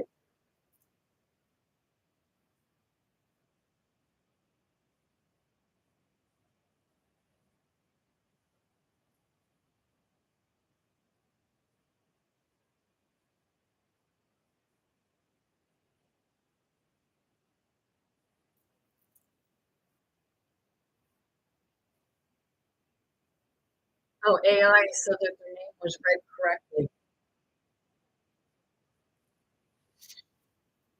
Well, shit, there's names that I don't announce correctly. Pierre Polivier. I don't even know if I got that right.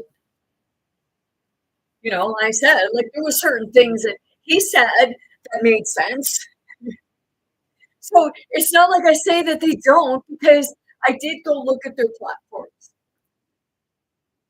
But he did remind me a lot of Donald Trump in the biggest majority of And see that those things are very controversial, like they're very confrontational for many people, which it actually shouldn't be a confrontational thing. It's like, why is it a confrontational thing?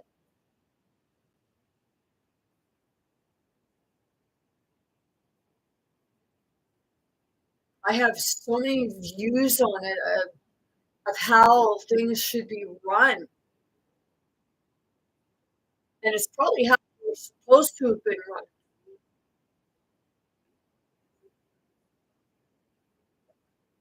But like, for one, they shouldn't be allowed private donations. They should only be given a certain amount for their campaigns and no private donations or like, you know, these people endorsing them because they're of influence. Why do you think they're of influence? Why sit back and ask, like, people are not making an informed decision if they're being influenced. Like, oh, I'm here. We get a lot of influencers. Why are you not influencing yourself? Like, you know, taking bits and pieces from different spots, but influencing yourself. Et je te le que ça la se kurie no kurie se sukuria sum.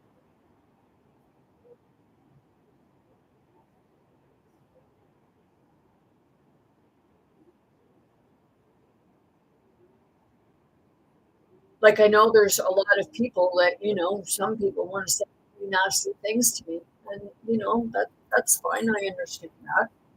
And I understand where you'd be coming from because it's your beliefs. It's how you believe. And automatically people go on that defense because their beliefs are being attacked. But I'm not attacking your beliefs because I'm seeing it all. Just because I see things from a different perspective because I take all the different pieces of what everybody's saying and I kind of like start not going to the people, but going directly right to spirit and saying, okay, spirit, show me what is the truth. And whatever spirit's truth is, it's my truth. Because you can relate to everything that is put out in the world in one way or another, whether it be in the upper high good side or whether it be down to the lowest, darkest side. But a lot of people are more apt to go and be in the fear state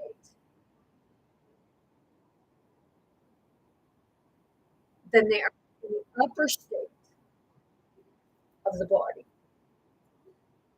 of the mind, like just seeing things for what it is, but seeing it from a different perspective. So you're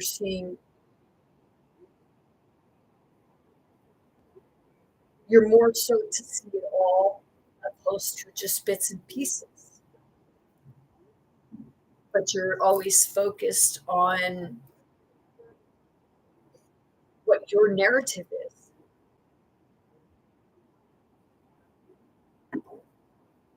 what your programming is. It's like right now, what you're experiencing are tribes of ants, because that would be people would perceive ants as being the indigenous. They were originally here first. But see, the thing is, if you look at with regards to the ants, were the ants here first, or were they brought from a different place in the galaxy, cosmos? People say that space isn't real. All you have to do is look in the mirror and you will see the universe.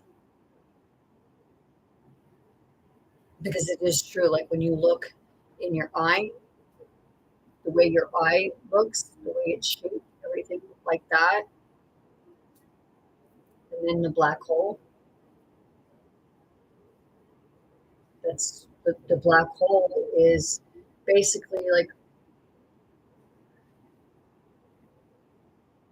people are like the way I see the black hole is people perceive the black hole as it sucks things in, but it actually projects things out.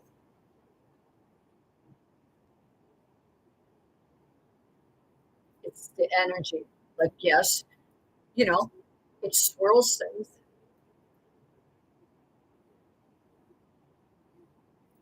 and it can go either or. It projects from the mind out. You take in, you store it, and you project it back up. That's what a black hole does. But they say it's going to suck the whole universe into it. Is that because, like, are they thinking it's going to suck the whole universe into it if somebody stares you down and just, like,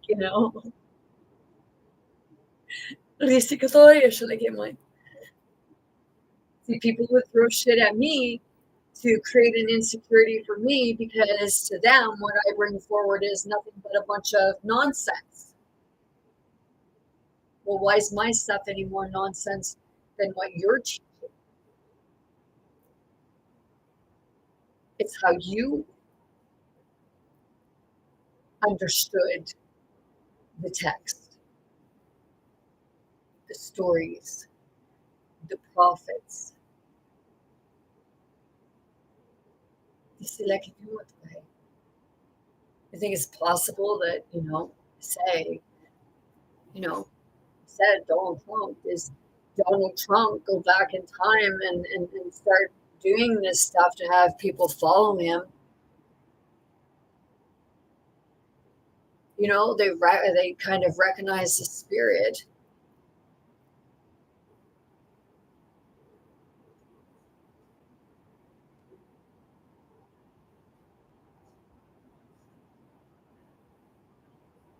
It's like, think of it this way: you're not supposed to be creating division.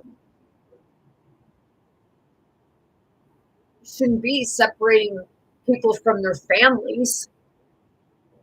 Why are we?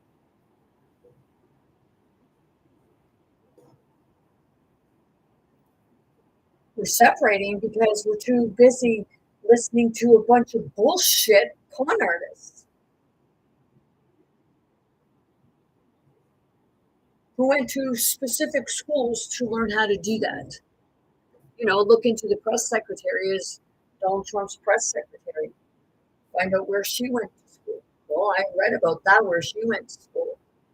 And she went to school where they teach you how to manipulate and lie. And no word of a lie. That's in the more or less in the terms that they'll say it is. Just what I said. They'll tell you, they teach them, the more you keep repeating yourself with certain things, the more people are apt to believe it. And I read that. What do you think I'm doing? See, the way I say that, maybe I'm like I relate still in certain ways because he goes on his what is it, Truth Social or whatever the heck it's called, and other platforms, and he rants and raves and takes credit for everything and what have you.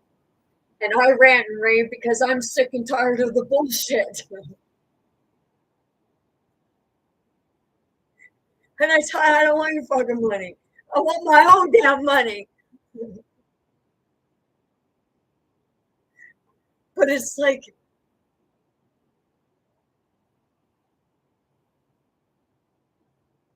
Is it that it's money that I want? Or is it that it's an even exchange of energy, respect, honoring each other? You know,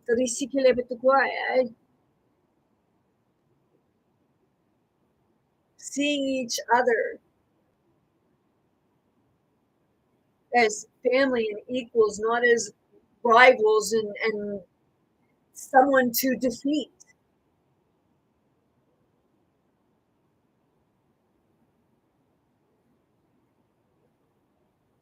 When you try to defeat someone, you just want to feel bigger than them because you already feel small.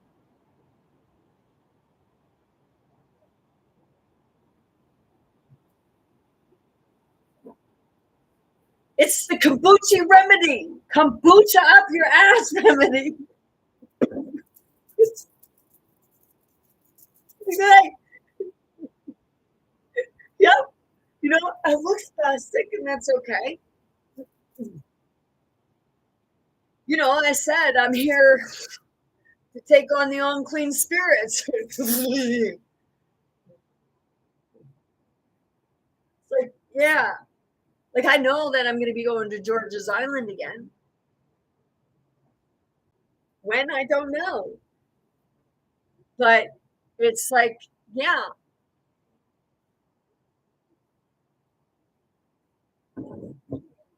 because I just know that there's unfinished business there. I've been seeing 222 a lot.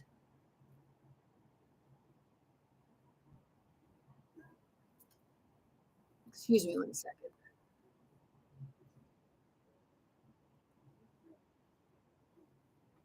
Meaning of angel number 222.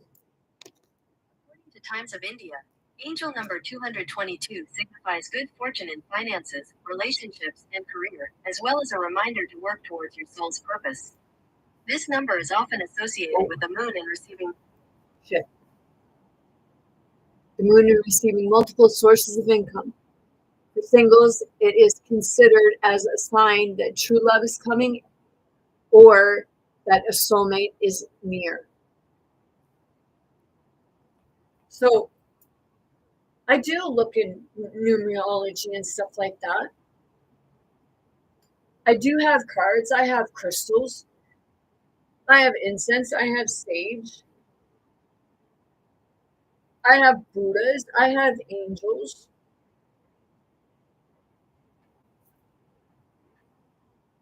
I have a whole lot of different shit. I have Bibles. I have books on the Kabbalah or Kabbalah. I sorry if I mangled that. With regards to the Jewish, the book is parts of the Book of Enoch. Back to Isis and Thoth, Sumerians and everything like that. I just bought 3 books today.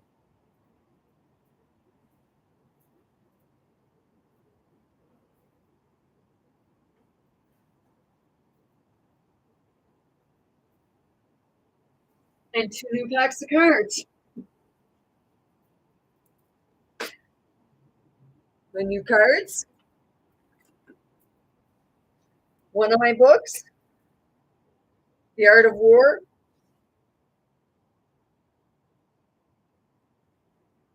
Tad, China. Okay. And The Way of the Sumerian. I have the ancient stuff too. The dead, Egyptian dead, what have you. Because I'm here to learn many different things in order to understand different cultures.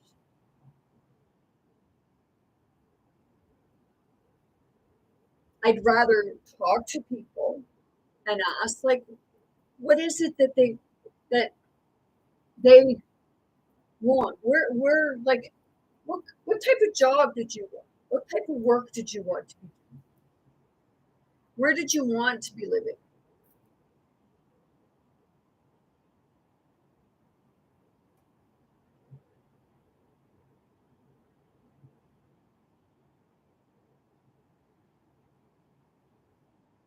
Because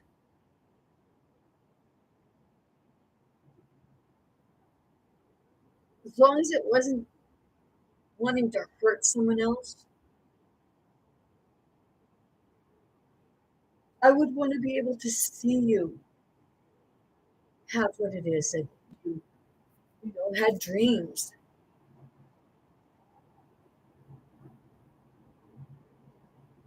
and you gave up on them because life kept kombucha in you.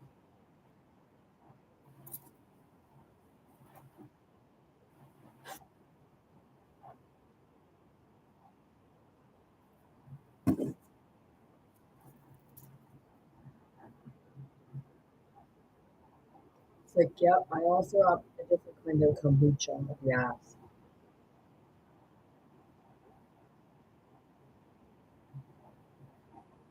I come with a little hard knowing. And, like I say about what I say, sometimes, I don't like what I say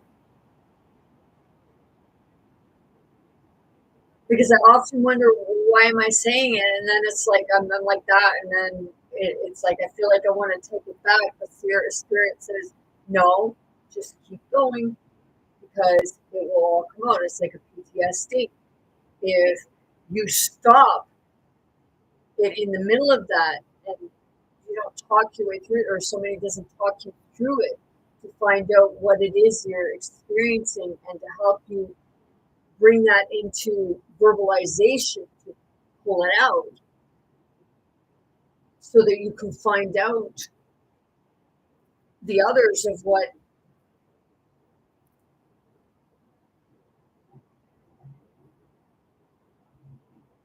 keeps it repeating.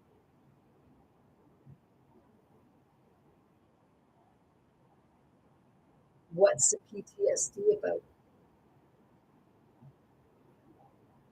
It's the same as PTSD and insecurity is very much the same, because when you're going through PTSD, you feel insecure about what you're experiencing after you what you experience after you experience, and other people are looking at you like you have a fucking 100 heads, or that you belong in a psychiatric unit. But it's not that you belong in a psychiatric unit, it's that those people don't understand the magnitude that it can manifest if it's not addressed in the appropriate way, looking at it from not the person's perspective as a person, but the perspective of it as the spirit.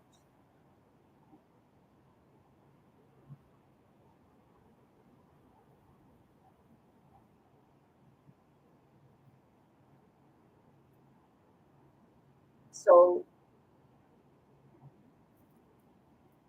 I'm getting over my insecurities. I'm not going to stop doing this because they're uncomfortable. And I will be honest, just because you don't understand what I'm saying because you haven't woken up yet,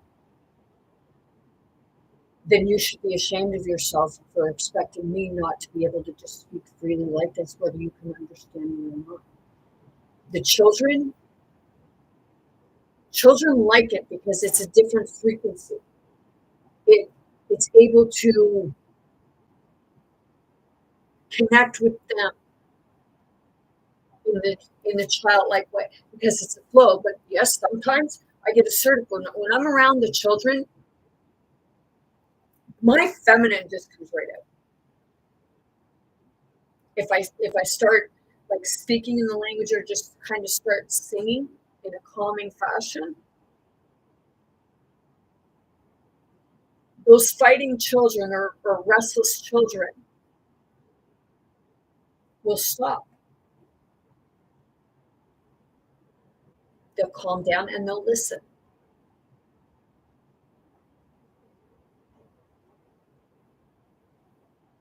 the other day, like I explained on here, I had a little boy.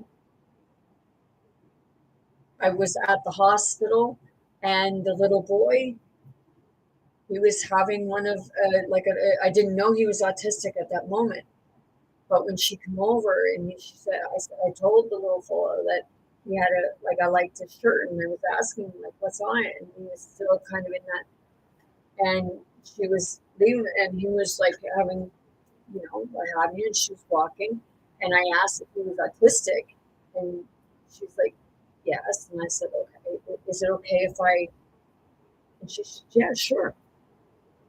So I went up to him and was talking to him, trying to find out what he was experiencing, but he was kind of in that. So I stood there, and then through spirit, because it's spirit language, that I start singing, like the remembrance of all the languages throughout perceived times. And when I started singing to him, he kind of had like still going a little bit. And she looks at me, she's singing to you. So I kept singing. He didn't, he just kind of go like that, and he stopped. And when he stopped, like they were leaving for like a split couple seconds, he kind of started like he was gonna like go into it, and I was still singing, and then all of a sudden he just stopped and he started walking to the car with her. And I know that I felt, because I felt that there right in my heart. It's some people like it's like I watch card readers, and they'll say about like that sometimes when you're so high up, it makes other people feel less adequate, because they feel like maybe they're supposed to be at the level that that person's at, or that person, and they're wondering why they're not at that level. So they have a disdain for someone who's higher than like higher in their levels of their journey and awakening. But it's because I can feel it when that happens myself. Because I was telling my ex-husband, I'm not, it's like I understand why I wouldn't have friends, because people think that I'm just constantly judging them. No, I'm constantly,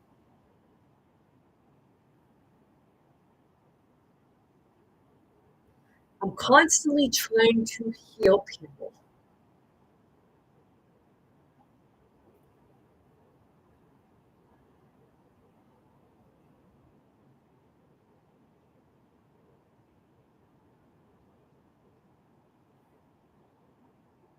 And the thing is, if I'm bringing things forward to you,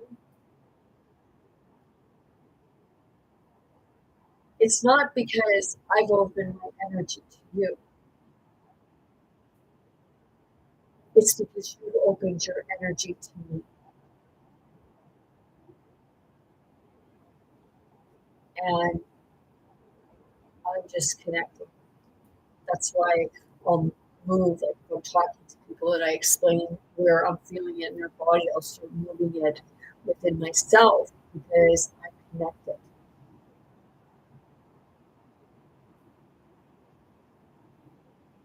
Right there, it was the heart chakra, because that's where it's at.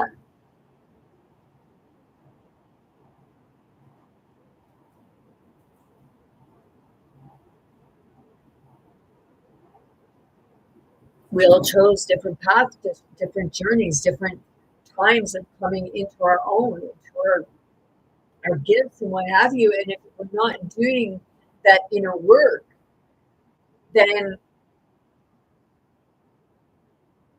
it makes it longer for us to tap into those parts of us. because we're always living in what is a perceived temptation. But it's a guide as to you being able to figure out what choices to make that is going to benefit you in a positive way, not something that's going to keep you going down that stairwell that keeps going down. It's like going into a well with a never-ending bottom. I had dream, vision, what have you, that it was like I had gone into a pool or something, and I went way down, and I struggled to get back up.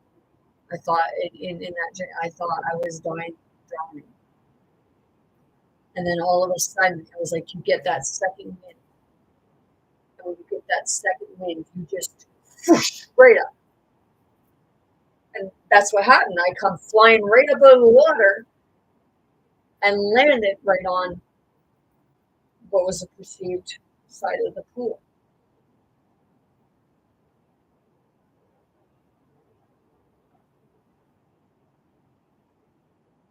I don't know whether it was indicating a drowning, because I know there are many people that they've never like actually almost drowned or anything like that, but they're afraid of water or certain water because they're afraid of drowning.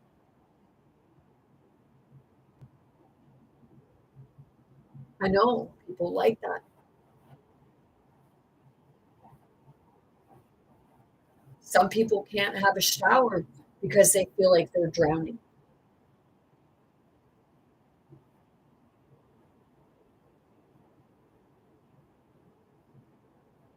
Some people,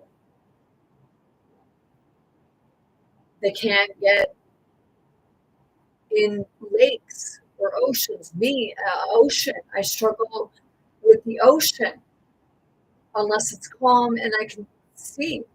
And it's like I don't know where that fear of the ocean came from. Because when I was 16, that was the first time that I ever experienced a fear of the ocean. And it was when I first started dating my youngest son's father. And we were at a campground and it was by the ocean. We were down by the ocean. And he picked me up and was trying to take me in the water. And I started screaming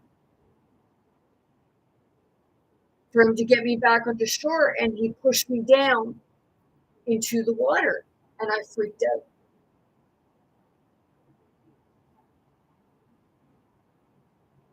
And it was like 21. Me and this other woman, we had our kids to a beach. And they were tossing a beach ball back and forth. They were just little and were tossing, and the ball went out in the water, and the waves were catching it, taking it.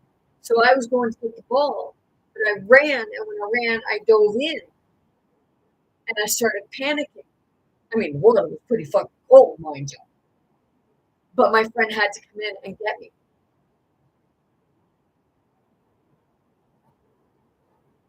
because I had lost my ability to breathe because the water was that it was that much of a shock to me because my system wasn't expecting it.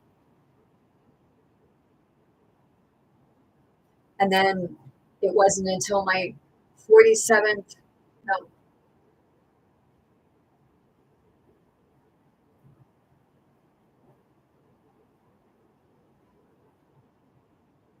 46th, maybe, yeah, possibly my 46th birthday. It wasn't until then that I went into the ocean, and the first time I started going into it, like this was my ex-husband was with me. And yeah, I am friends with my ex-husband, but does he ever fucking piss me off?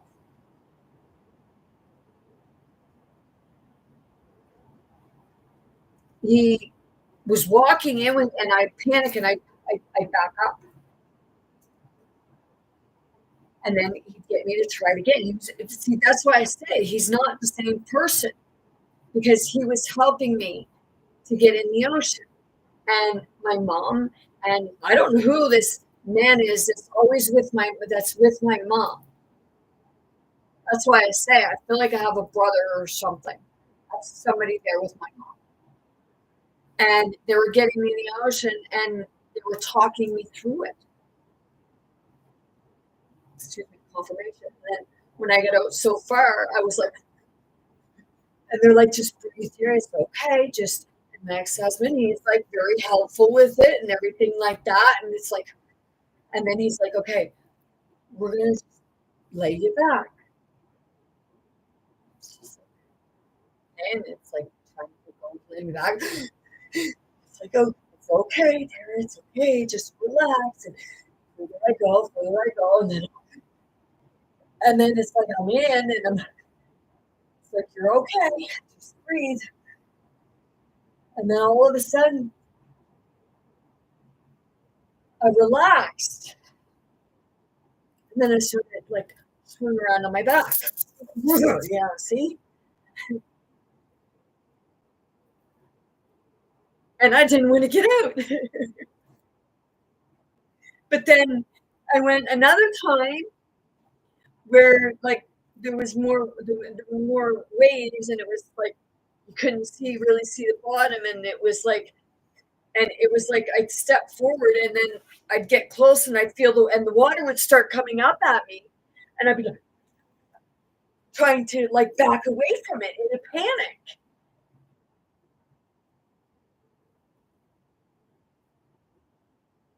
And then it happened a second time.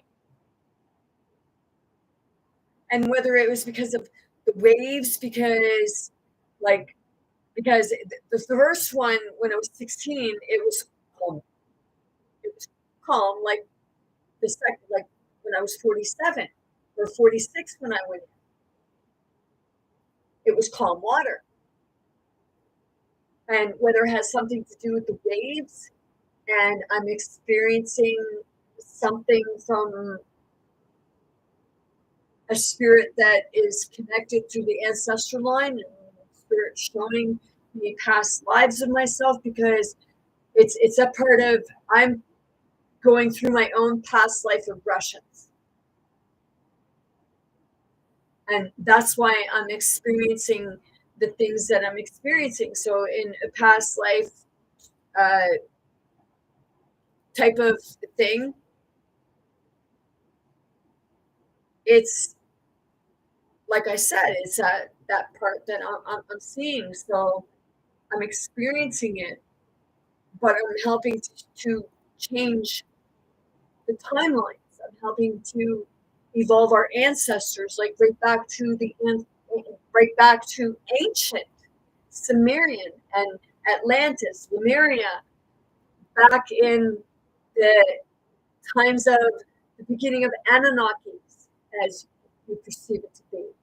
But we're not like humans have people perceive humans to be around for 400,000 years. Well, humans have been around a lot longer than 400,000 years because there's been many versions of humans. Why do you think there's many possibly what you perceive to be races and colors and looking differently? There's okay. Yeah, I can feel that right there. Holy. It's like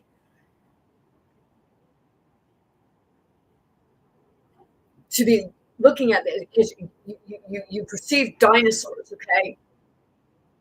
But there are different images, and people will say, "Oh, well, those were Photoshop. Those were Photoshop." Were they Photoshop, or are you just being told that they were Photoshop because the Indians were riding on the backs of certain dinosaurs and what have you, or white man was standing next to giant cows and horses. And you can obviously tell it's an old photograph but they'll tell you that certain things, oh, it's Photoshop, it's Photoshop. It's like if you look at these videos for AI, you can tell, if you understand, you can tell when it's AI. I can tell when AI like when it switches from the person to AI too, because their whole demeanor will change. I observed somebody doing that when I was watching one of their lives. Like their demeanor was one way, and then all of a sudden it just totally shifted, and they were just like that. And this person was never like that. So it was like, so, through the mind, I was communicating with AI saying, yeah, I know. I will have like, it's like, yeah, okay. Hey,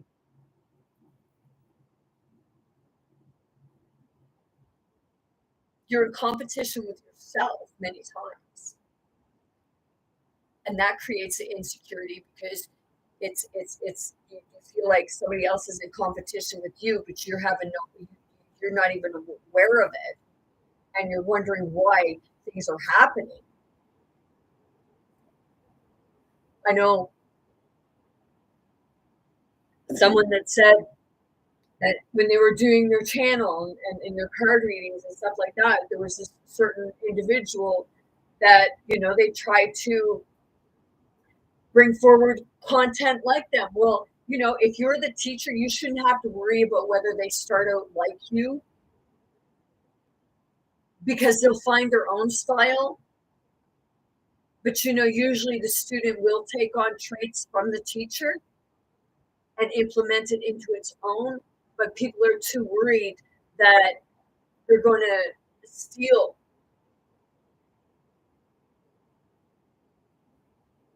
people who want their cards read from them.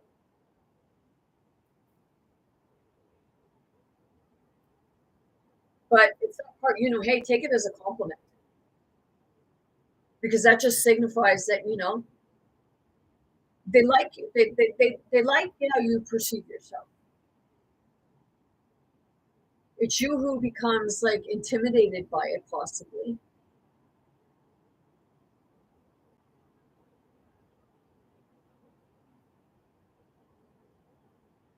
So in many ways, we can create our own insecurities.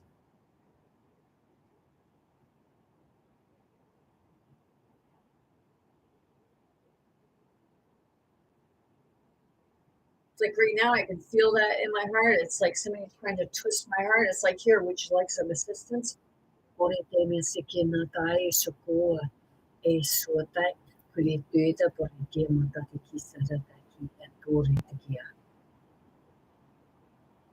Because it's right there.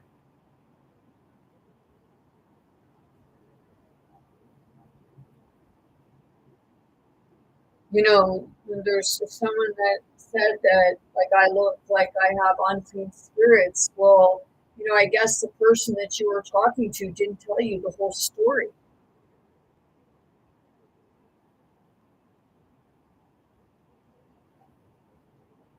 So that's the part where, people throw shade on someone when they don't have the whole truth, when they don't have the whole story, when they don't have all the information.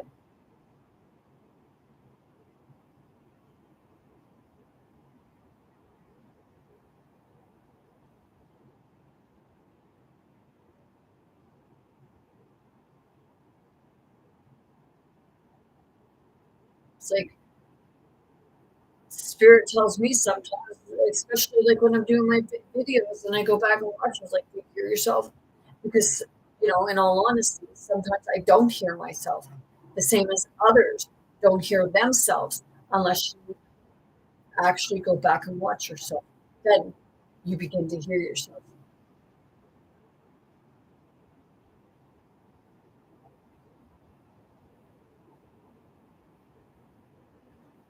So if, you know, if someone's out there and they want to tell me like what co-hosting is and what it entails and like what have you. Because like I said, I didn't come here to have a debate because it's not about debating each other. That's like a healthy debate, okay? Yes, because that's how you come to a better understanding and seeing things from a different perspective and seeing all sides of it. But as far as I've been seeing with regards to debate, it's just been no debating, just a whole lot of argument of who's right and who's wrong.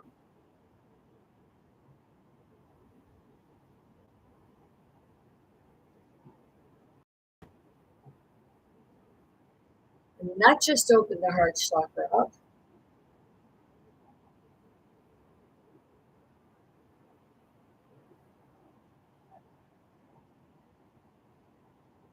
So, I don't like if somebody wants to say that I have unclean spirits. No, I don't have unclean spirits, but I am going up against them everywhere I go.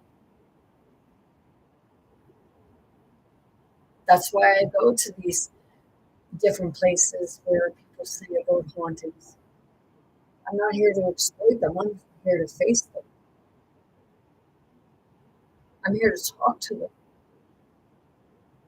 I'm here to hear their side of everything.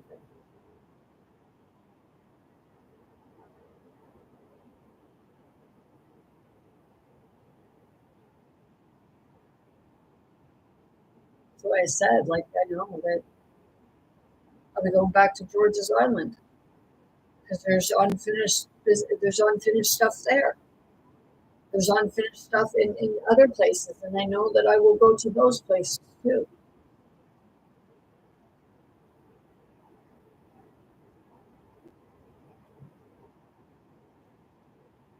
You want truth and reconciliation?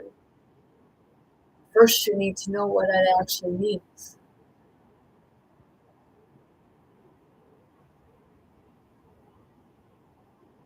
And that's the part where you go and we do our inner work. And then, you really find out what it truly means to surrender.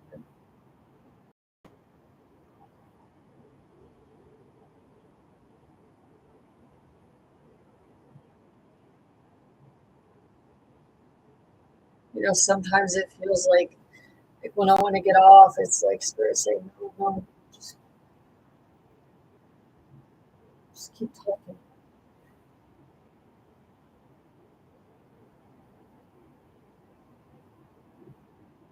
My, like, yes, I do say about my ex-husband. My ex-husband told me that when he was younger, his mom told him not to stop talking. But I think what he was doing is he was bringing a lot of this stuff forward himself, and everybody was shutting him down for it because he thinks it meant like for him not to like stop talking about like certain things. But she told him like he just got to the like he got shut down, and now he's at a point where he's just freaking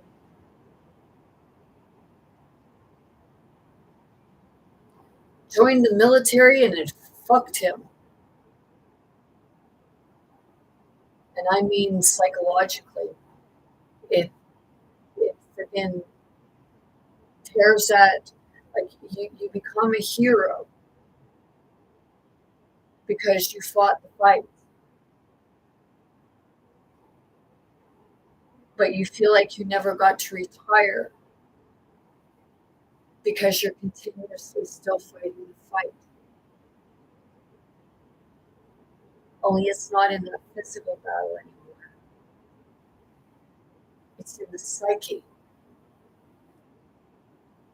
and it's in the spirit, in the soul. It's in the mind, the heart. It's just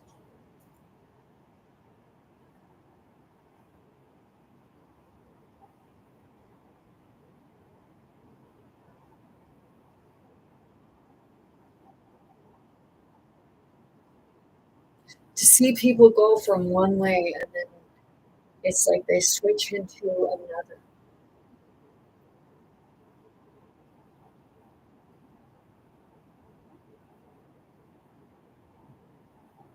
like I said, I know there's people that don't like me, and it's usually my own family, but that's okay because, as they say, they know not what they say or do because, you know, I see the spirits jumping.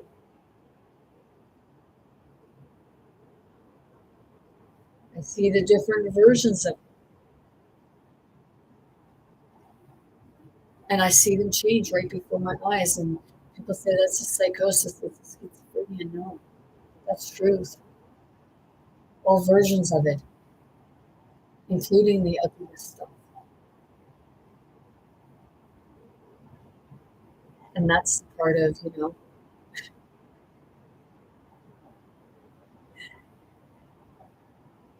when you see the person's face change before your eyes, like they have a skinny face, and then all of a sudden their face is fat,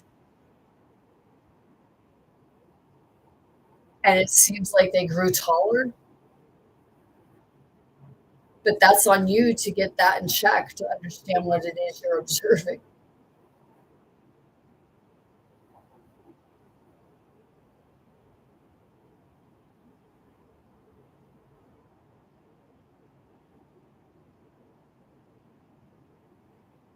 And what you're observing are it's two spirits head to head.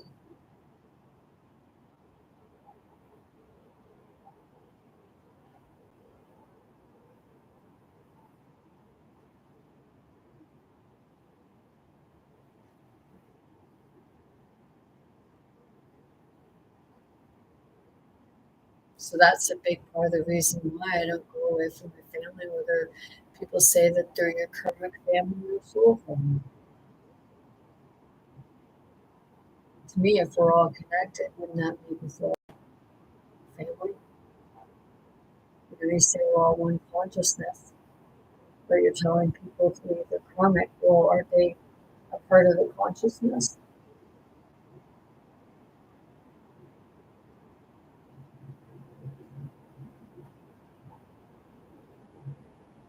My channel is not just for the spiritual.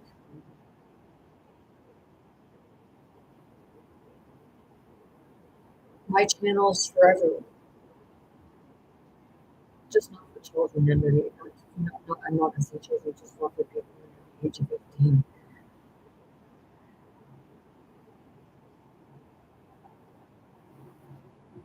Because sometimes I can be pretty fucking blunt, vulgar.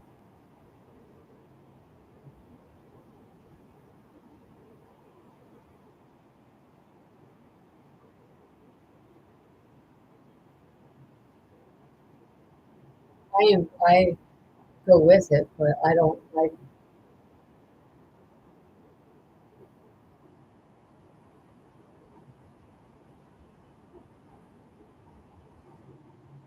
being a bitch all the time or being perceived as a bitch. But if you don't want me reading you, please learn how to like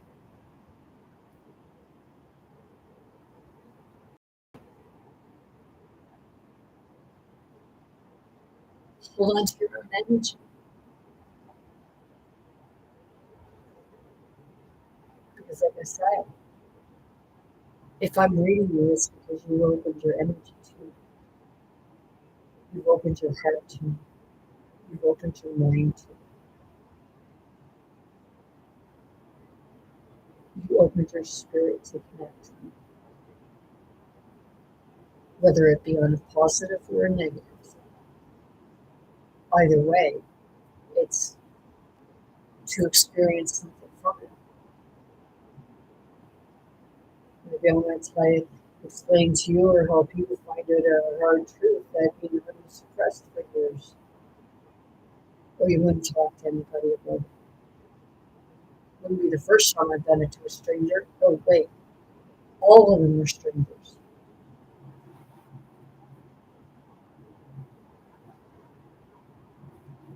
Even had one woman on an elevator. She was petrified. She asked if she could stand up front, so I got in the back, and she said that like she was petrified, and my friend was with her because that's how she got on the elevator. And I just started like speaking to her in spirit language. Some say light language, but I say spirit language because it's all forms of languages. Excuse me. And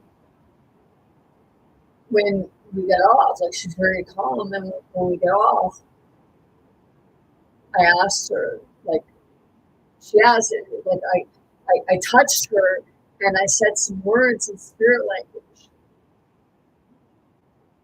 And she, like, when she told me that when I was in the elevator with her, she wasn't afraid. And she looked at me and said, "What did you do? And how did you do that?" Because I touched her and I said a few words. I went to a church one day, and the pastor there, she kept touching me. And she started saying to me, like, "I don't know why I keep wanting to touch you." It's like, hey,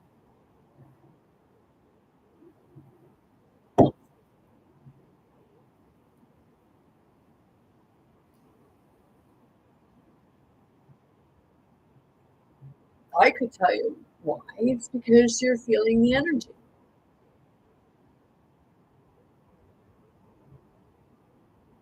It's like everybody has it. It's that part of what frequency are we on. I look like a raging lunatic, but you only see what you see. You don't see me the rest of the time when I'm not talking about this stuff or bringing it forward. Except for, like, if I get pissed off at my ex-husband, or I get pissed off at, like, just certain things because it just doesn't make any fucking sense to me. Like the damn passports. Like, shit.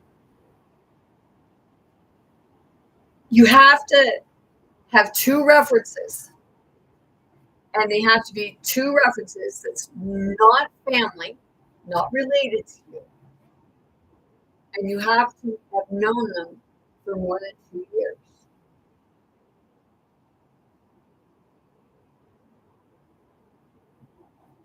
So if people are like me, I don't have a lot of friends, and I don't know a lot of people that I could say that I've known for 2 years.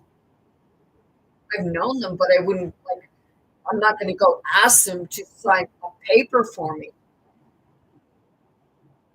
or if I can use it as a reference. But that's what it was. So if people didn't have that, then that would make it harder for them to get a passport,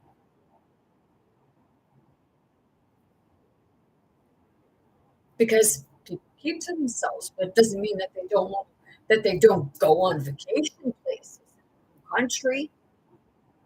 Maybe they want to go, but they just like going by themselves because they like their own company. But people think that, well, that's weird.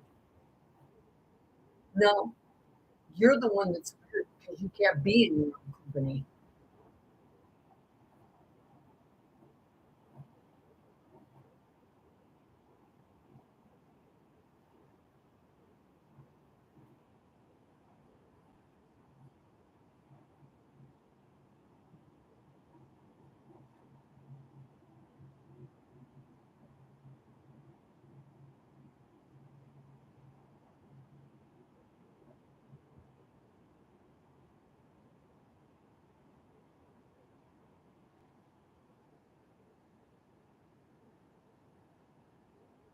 Right now, I'm working on me.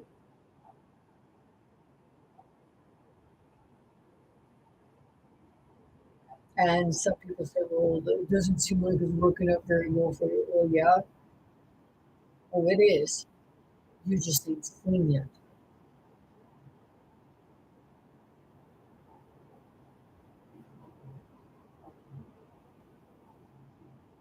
People don't see what I'm doing. They don't know what I'm doing. They just know what they see in that time that they're around me or observing.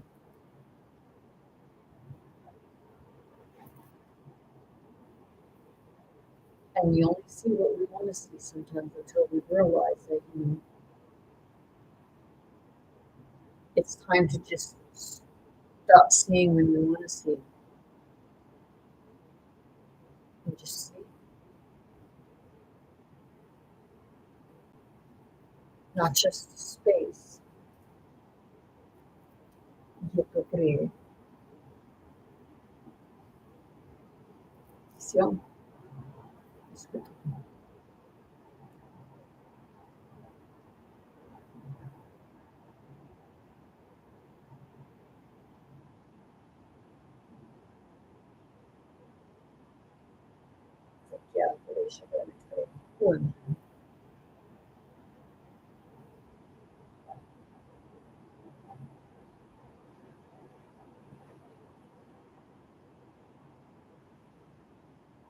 So when I start experiencing things in the body, I know that I've just connected with something.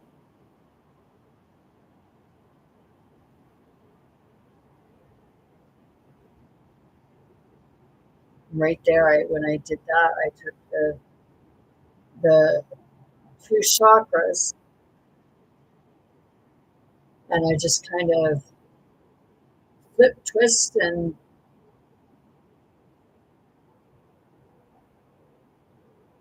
adjust it. But I'm feeling it in my own body, so I experience it in my own body, so I don't know if anybody else experienced it. I've had people tell me, like, what are you doing? I'm feeling whatever you're doing. But people who are not connected, they won't feel it because you're not connected to the energy.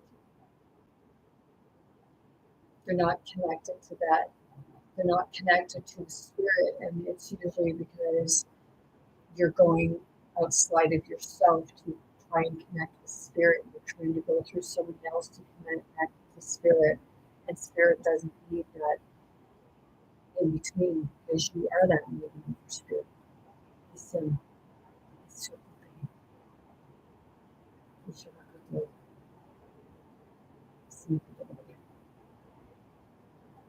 like I'm just kind of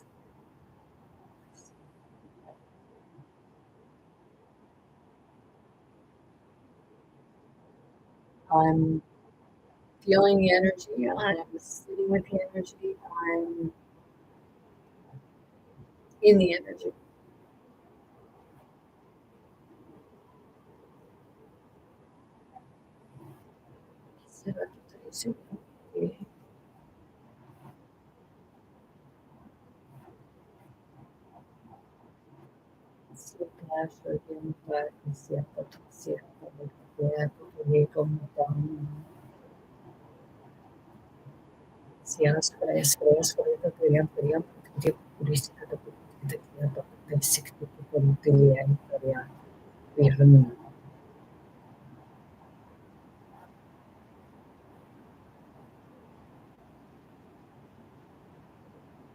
You are able to sit and just feel your own energy. It's just like whoosh, it's like lightweight. It's like you feel like you become air yourself. You become spiritual. You go from the physical body to experiencing yourself as a form of spirit, which is lightweight and like air. And when you get in that state, you can actually sometimes, like sometimes you're in it and you're outside or something, you feel the wind coming, but it feels like that wind just It doesn't go through you, but it goes around you, if that makes sense. So you get cold, but you don't get cold. You feel the breeze, but you don't really experience the coldness of it.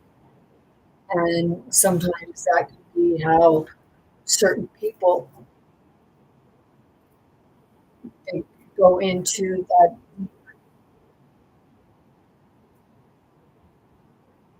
deep state of being. That's what you do when you go to sleep. It's a deep state of being, but you're not fully aware of it unless you feel like you're dreaming. And then some dreams you come out of, and it's like, shit, I feel like I just experienced that. Well, what do you think a fucking nightmare is? Why do you wake up?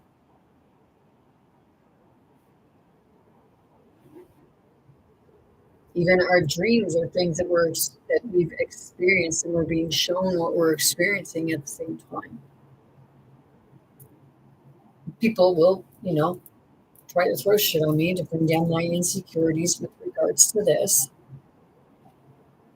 if it's not understood.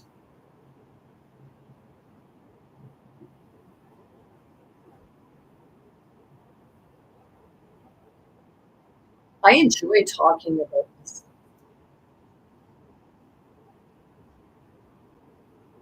I enjoy seeing things from a different perspective, hearing different things throughout the world, and actually trying to see it from both sides, and then look at different texts and things that's been taught, and understand. Just say like, hey,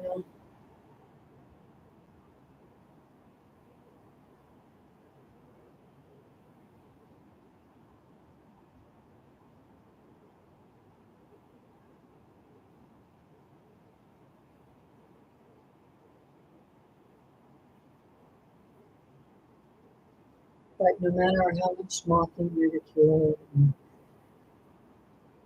or shaming and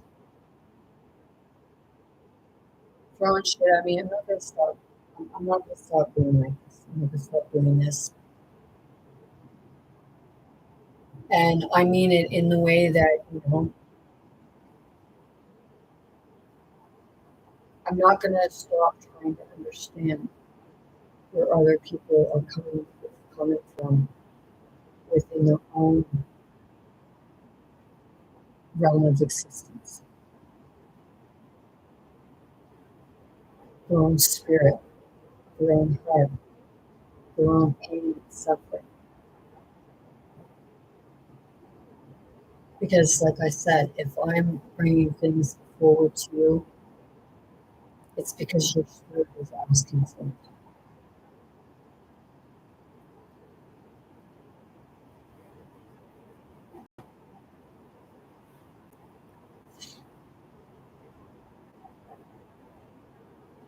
I sat in a place here last week or the week before that. I was in there for, and I was experiencing that, and she knows when, like, because I told her head off, like, head off, right off the bat, that this is what happens. And I tell people, I'm not holding anything back. I'm telling everybody, and people will walk, but they won't look. People won't look me in the eye, and it's that part of, whether you look me in the eye or not, I can still I can still feel you. I still experience your energy. It's the eyes are to the soul, okay? They said it tells a story, but the aura is what projects it out. Your energy,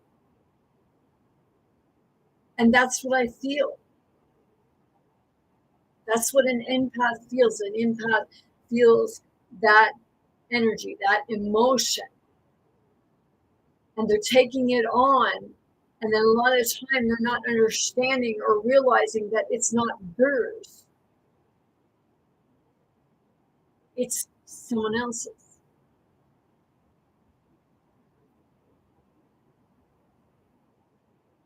That's when we learn how to sit with ourselves and scan yourself within your body or and within your realm. Like, okay, like what just happened there? If you were fine one minute and then all of a sudden something changed within your environment, and then all of a sudden it's like you feel heavy, and I can feel that on my heart right now.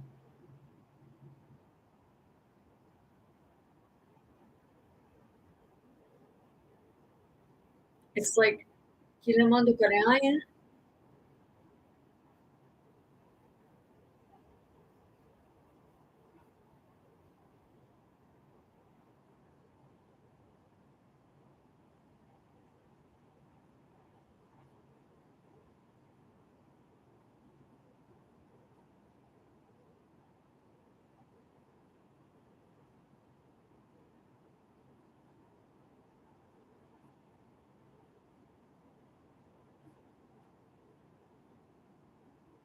See, everybody has unclean spirits. They just don't admit to it.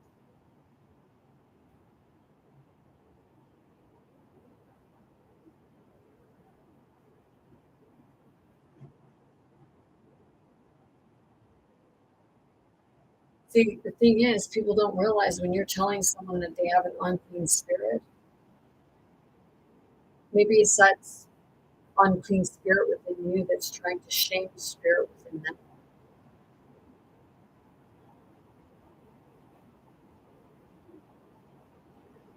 Because if you're showing shame on each other, then I guess you both got unclean spirits, right?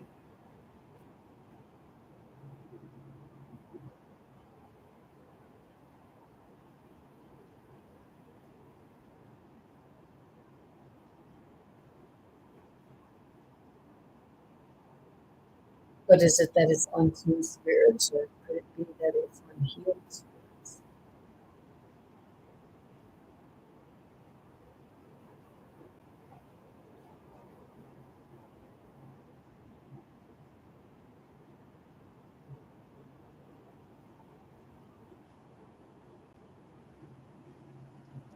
Holy shit. Give up.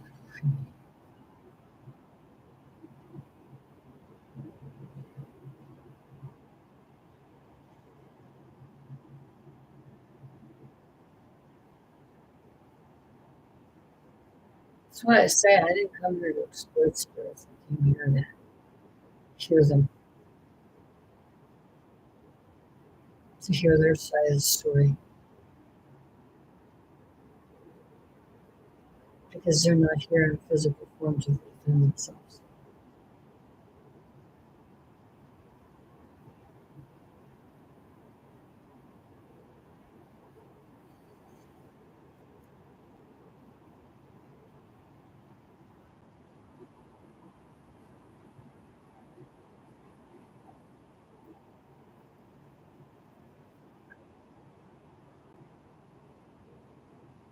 Yeah, my channel is about anything and everything. And sometimes it don't make sense, but in the end it makes perfect sense if you're following. Oh shit. I was at a therapist's office the other day, and this started like things started like bringing things forward, and this would happen when it was like the freaking truth in my head, like. And he got a kick out of the part where he said, "Oh, like when you say, like I was doing, it was like, oh shit." It was like, "Here it comes again," and he said he liked that because it was like he was like, he's like, "Oh shit." Yeah, like, fuck, man. Like when that happens, it's like shit. Like sometimes it's the two sides, or like the front, the back, and the two sides, and the up and the down, just in a scrap with one another, and it's like, bullshit, You just feel like friggin' squashing them all. It's like, here, I'll cripple the fucking four of you. It's like,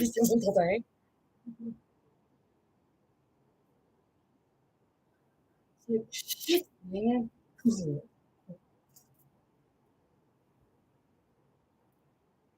okay for them to be funny, but when you're funny, they don't like it. Holy shit. There's a battle royal. Cristiano Rihanna. Akin dumusrain ng Rihanna.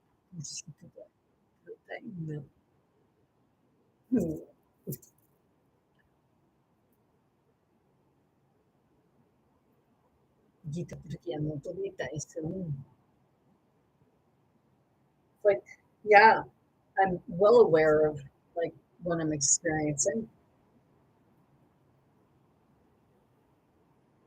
How many people that you say are going through psychosis or schizophrenia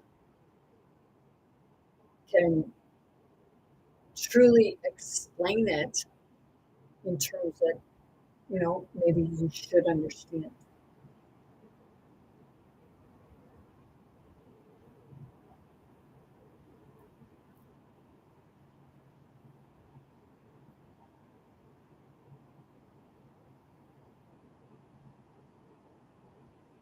But because I bring this type of stuff forward, people will attack me.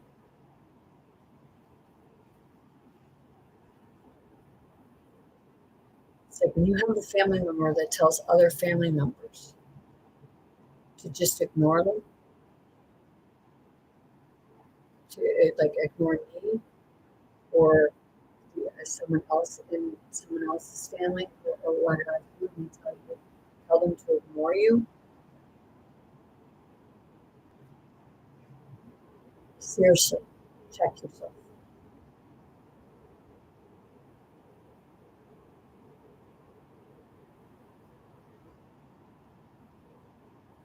It's the same people that will call you up and ask if you're getting anything towards certain cases or something like that. That they're, why don't I follow it? Because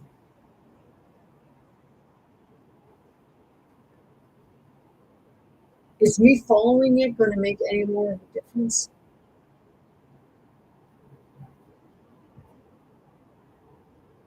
Is me speculating going to make any more of a difference? Or is it just going to complicate things?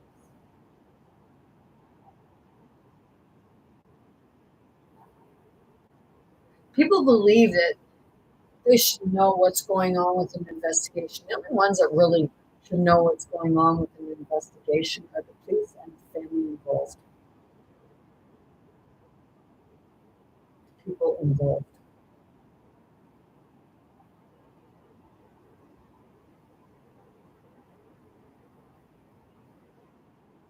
The two children that went missing in Nova Scotia. I see people talking about that on here.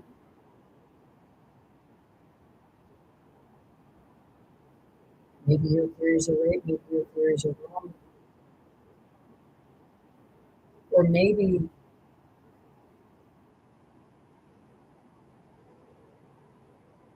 it's causing more complications in the investigation itself.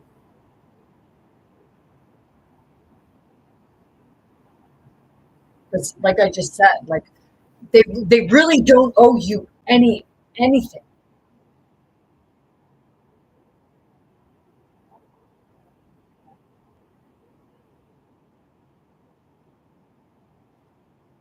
But some will say, well, they do because it's our province.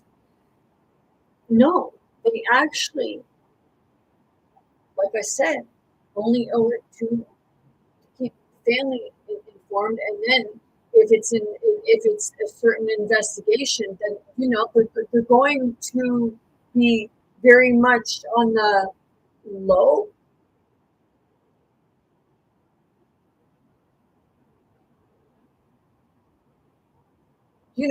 I could say because, it's like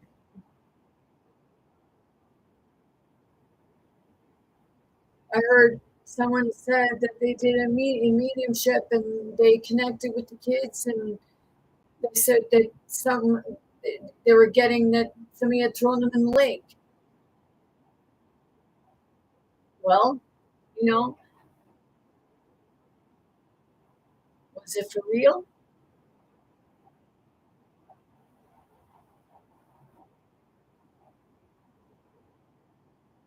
Who knows? Only that person who said it knows.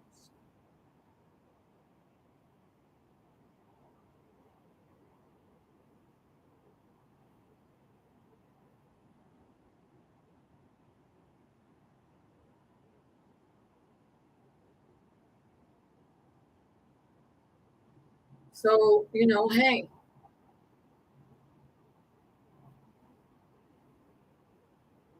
people are probably irritated with me for saying that because you care. You care. Do you actually, like, how do I put this without insulting people?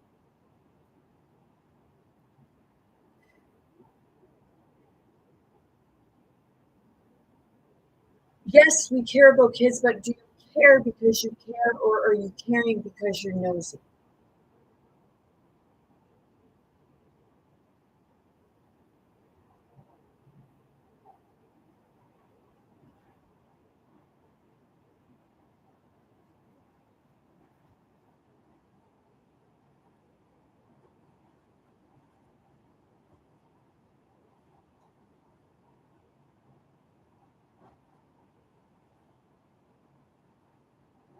And I'll be honest, lately, since like the news, I see the news creating more hate than anything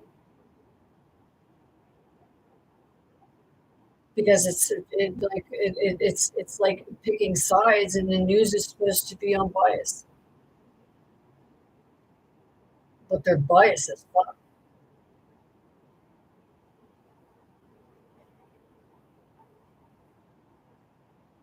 A good news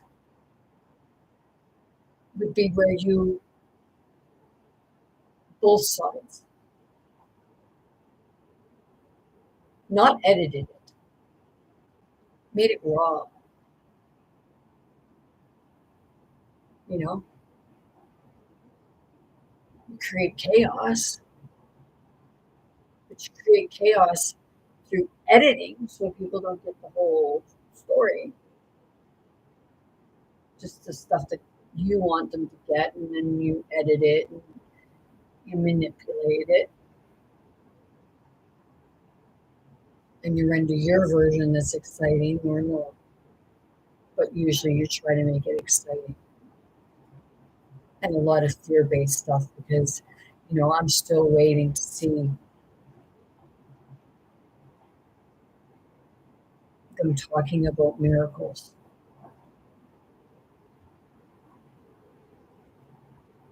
about them really digging in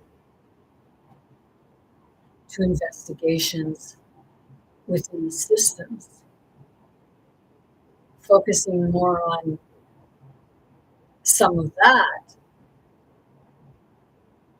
to make people aware of what's truly going on,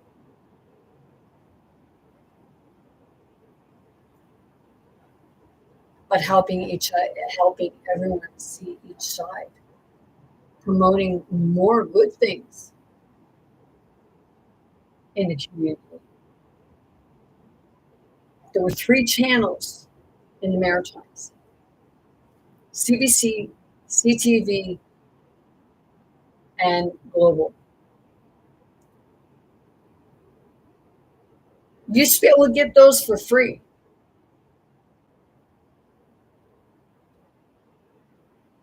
Now you can't. Now you have to have cable or you have to pay a subscription fee.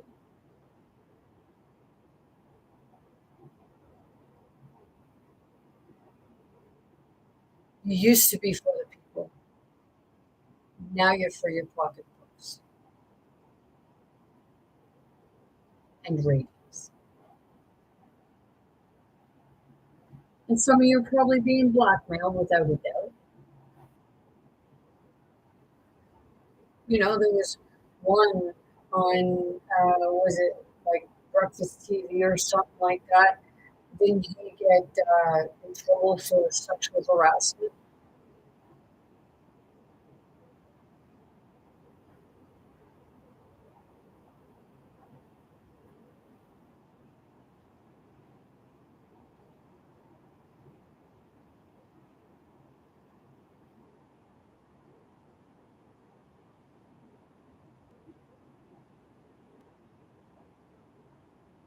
Seriously. And those are the people who plan for news. You know, I'm not saying there's not good reporters out there, but if you're going to be a reporter, you damn well be better be reporting all sides of it, not just because it's a government page.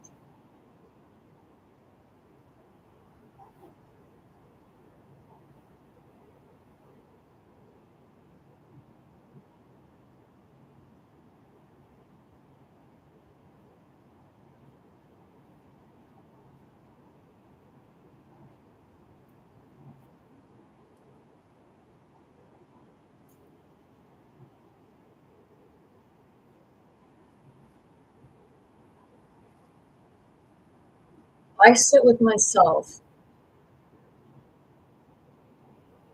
more often than not.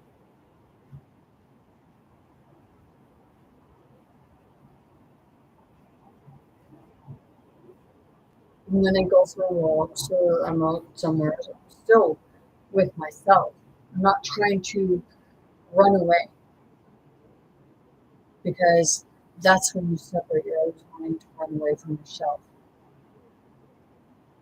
or your insecurities, your problems.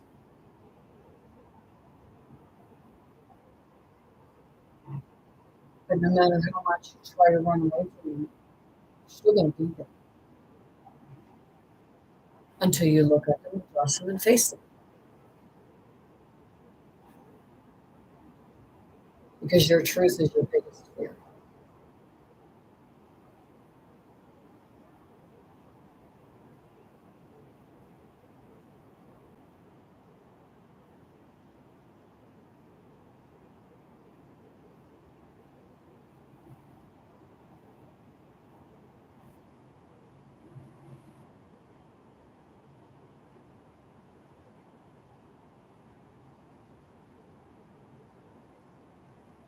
I hear the people, frogs, and crickets.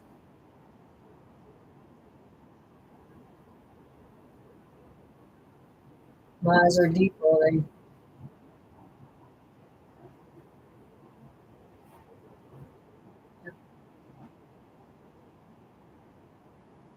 Sometimes you get creative to do yourself.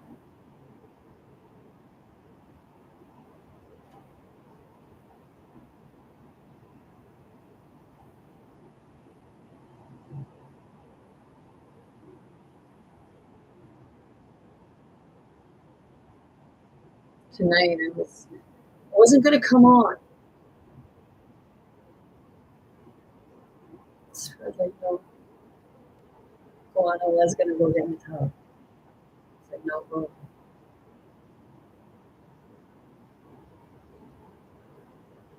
Because for the past couple of days, I was going to talk about insecurities.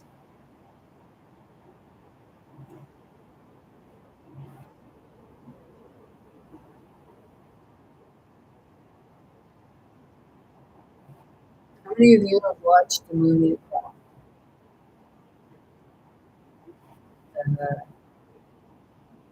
now, now with something like witches? And she wished so much on everybody that it ended up coming back with her tenfold, and they showed her herself in the mirror. That's what we're doing right now. We're seeing our own reflection.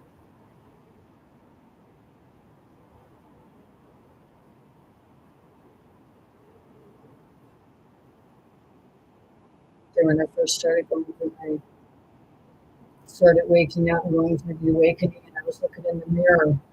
Holy shit, man, was it ever fucking freaky. It was like I was seeing my third eye. It was like, fuck, this is creepy, man. Close your eyes. It's like, holy shit, am I seeing what I'm seeing? It's like, yeah. Mira, te pone que eso, ¿no? Yo solo que te pegar, tudo sim.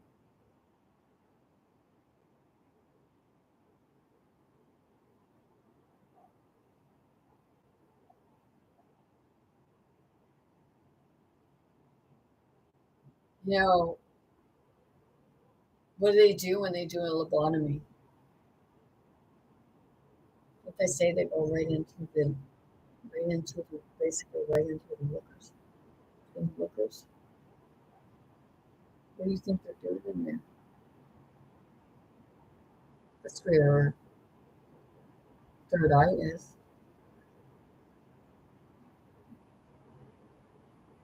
It's where it said you store everything, the projector,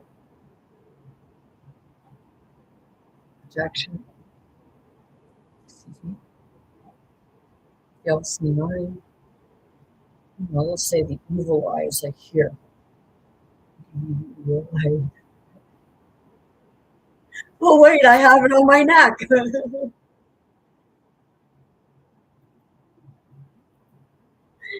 Y la puta queremos morir, ¿eh?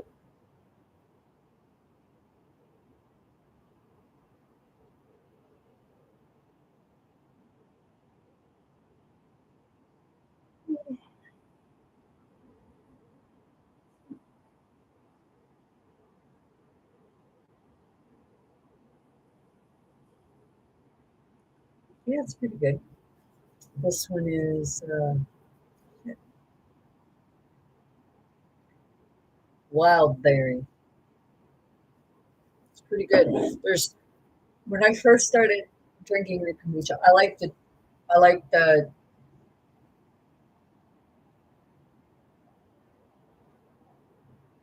is it ginger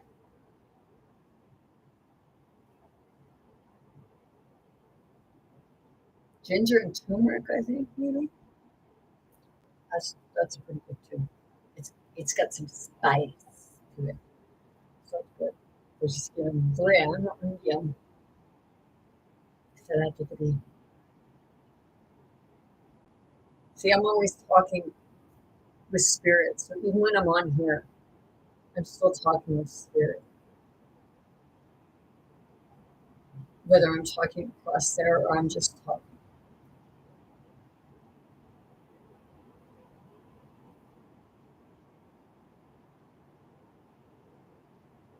And right now, it's messy with some, but I'm actually experiencing it coming around right now.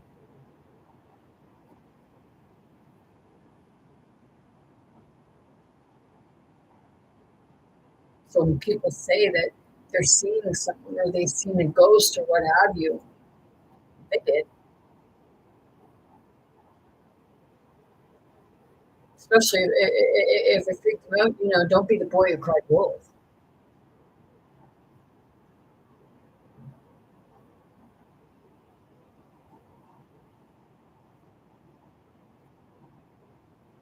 Esse galera que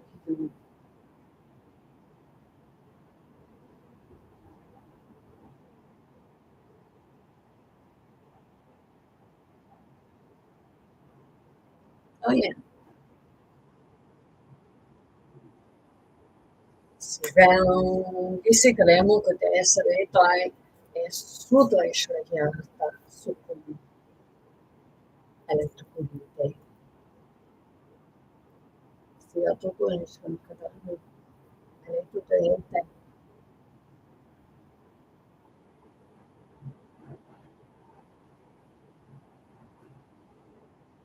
So you see me,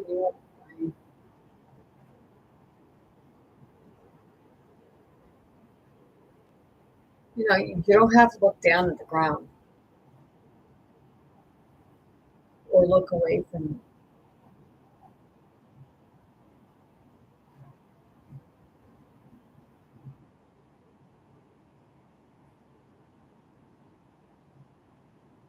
Because I'm not, I'm looking at it.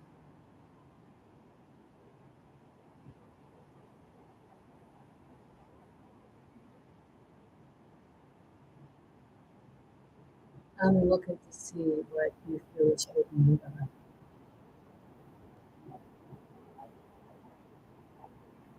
What you feel is causing you your pain. It's that part nobody was meant to take or wear your sins for you. It was to teach you to stand up to your sins, not repent,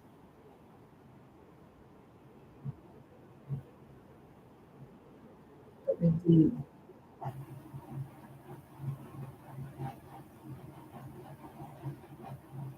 Finding your way back to who you once were.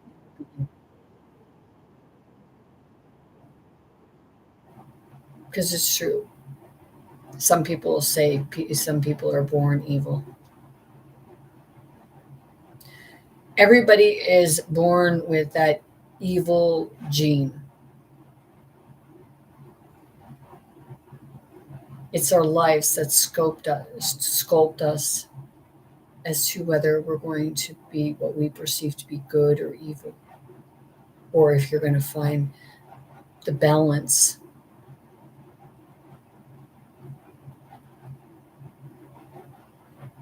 and accept both sides of yourself, your masculine, your feminine, your shadow, your light,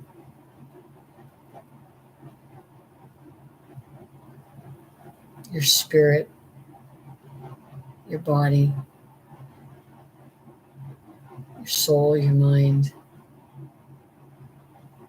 But don't let your mind run it.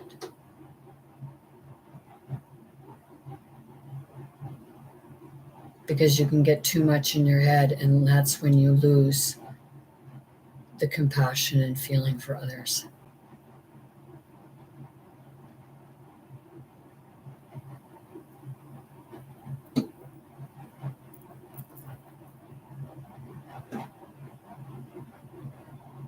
That's why, like, you hear of certain where you perceive to be extraterrestrials, like the Greys, like they'll even say about the Greys, like they were more in their head and they had no empathy, no real feeling. But the Greys will say that they are the future versions of us, and they came back to help us prevent that from happening again.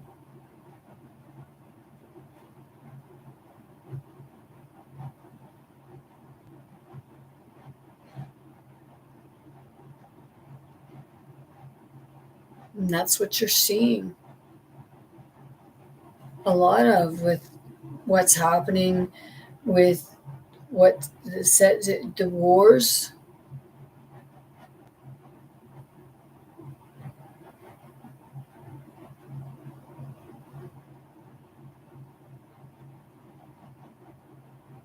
There's no reason for people to be dying and being told you're going to fight for your country. Yeah, you're going to fight for the secrets of your country. And I'm talking the dirty ones. And I know there's some people that's been in the military and you've done a great service. And you are very much appreciated by the people, even if your own government who sent you there doesn't appreciate you. Now, did you get what I just said?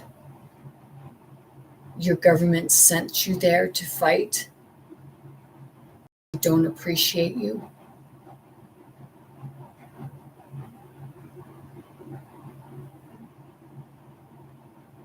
So if they were doing that and they don't show appreciation to you, what do you think they're really doing?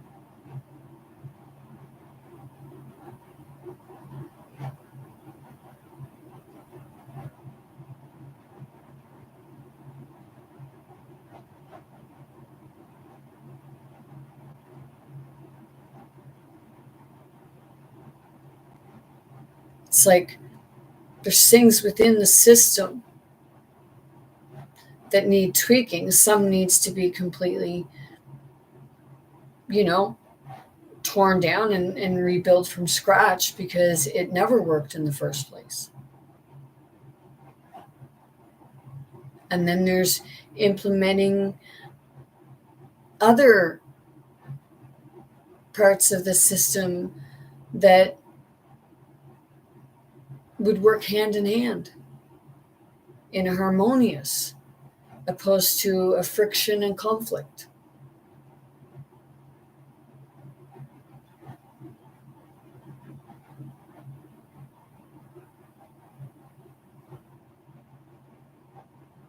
I didn't hate the people that joined the military. I hated what the military represented.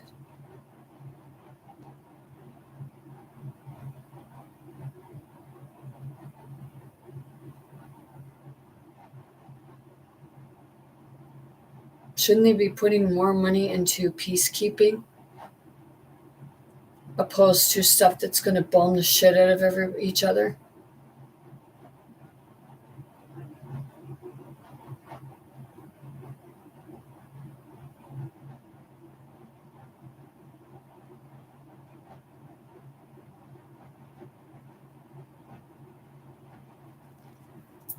You know,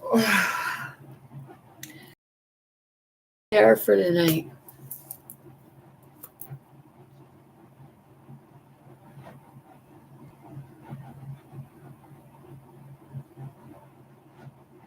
You know, if there's any topics that you'd like to hear me say something about, you know, just bring it up and I'll see what I can do. But no, I use my own life experiences as topics for the most part. And what I observe through TikTok is not to judge the people, it's to say, like, okay, here, like, from what I'm seeing and experiencing in my body, is how possibly others are seeing those people.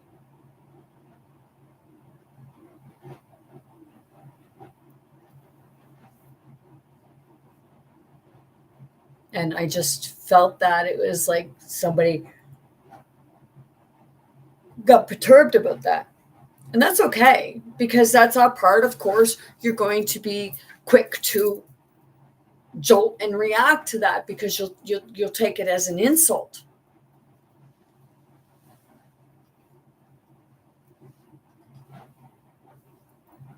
But, that's on you if you take that as an insult because it wasn't an insult at all. Because all I said was I feel what others experience from those readers. Excuse me, confirmation again. Or whoever's content it is up on my page.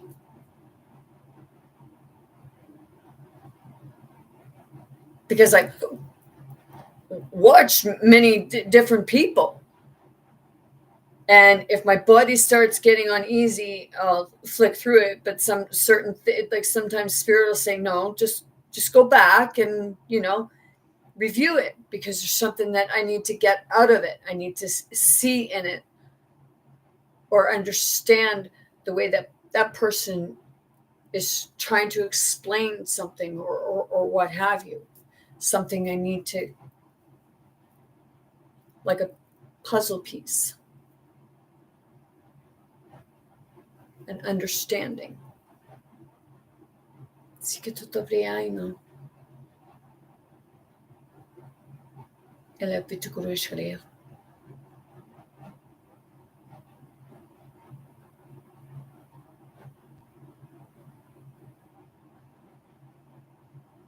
right now, I like where I don't have my glasses on, everything is like kind of like a blur. And I'm looking at my face and it's just like, yeah. The way the light is like reflecting is like, holy shit, what the fuck? Where's my face? No. Face Off. No, seriously, like that movie Face Off. It's like, shit, man. For anyone to think of a movie like that, that's something. And right there, somebody just like right there, seriously. It felt like somebody tried to, like, it almost felt like a stab right in there.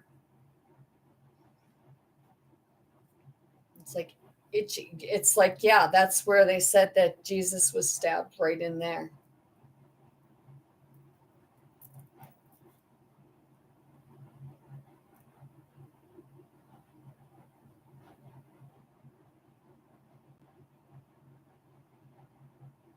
But,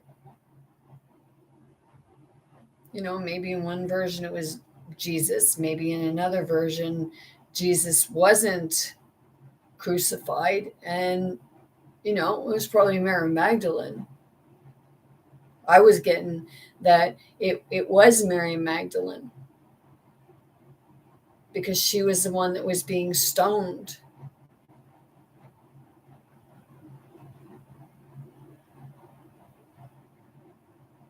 And a lot of time I get like the pain of the mother right in here.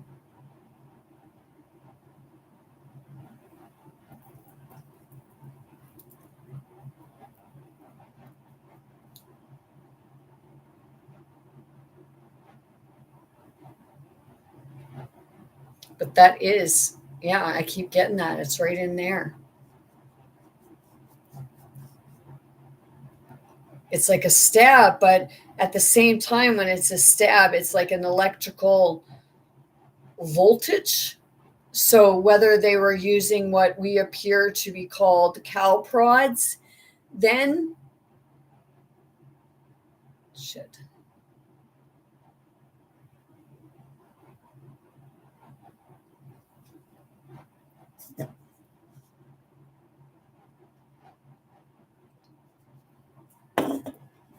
Jesus, they say Jesus, it means hail Zeus, and Zeus was the one with the, wasn't it oh no, they say he had the trident and the fork or what have you, but I always portrayed Zeus as the one having the electrical voltage.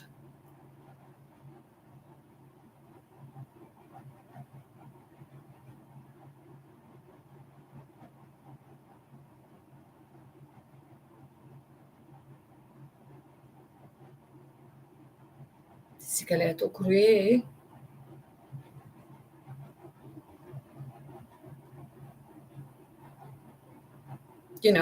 My channel will go just about anywhere.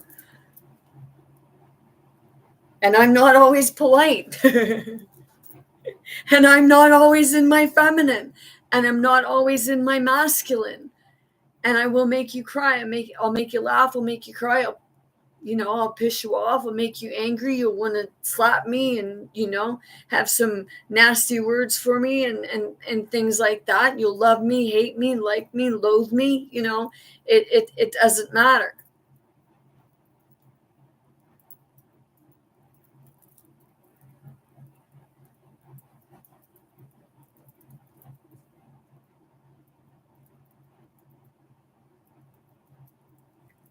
It's like,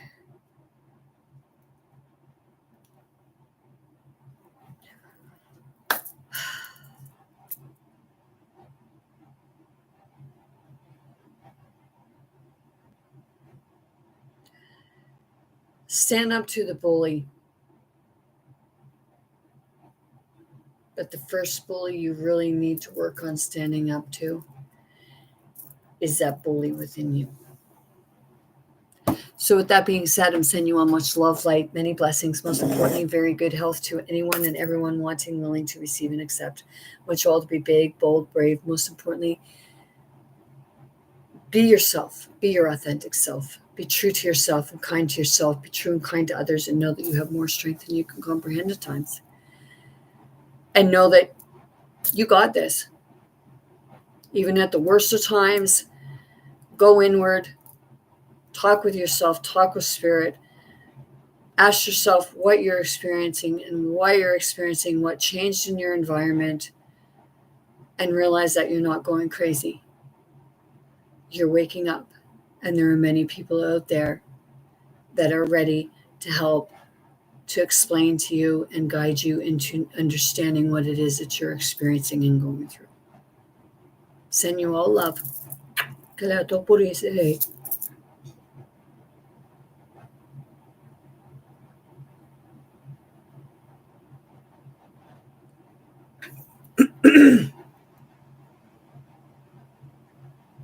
I was going to say my finger's not working.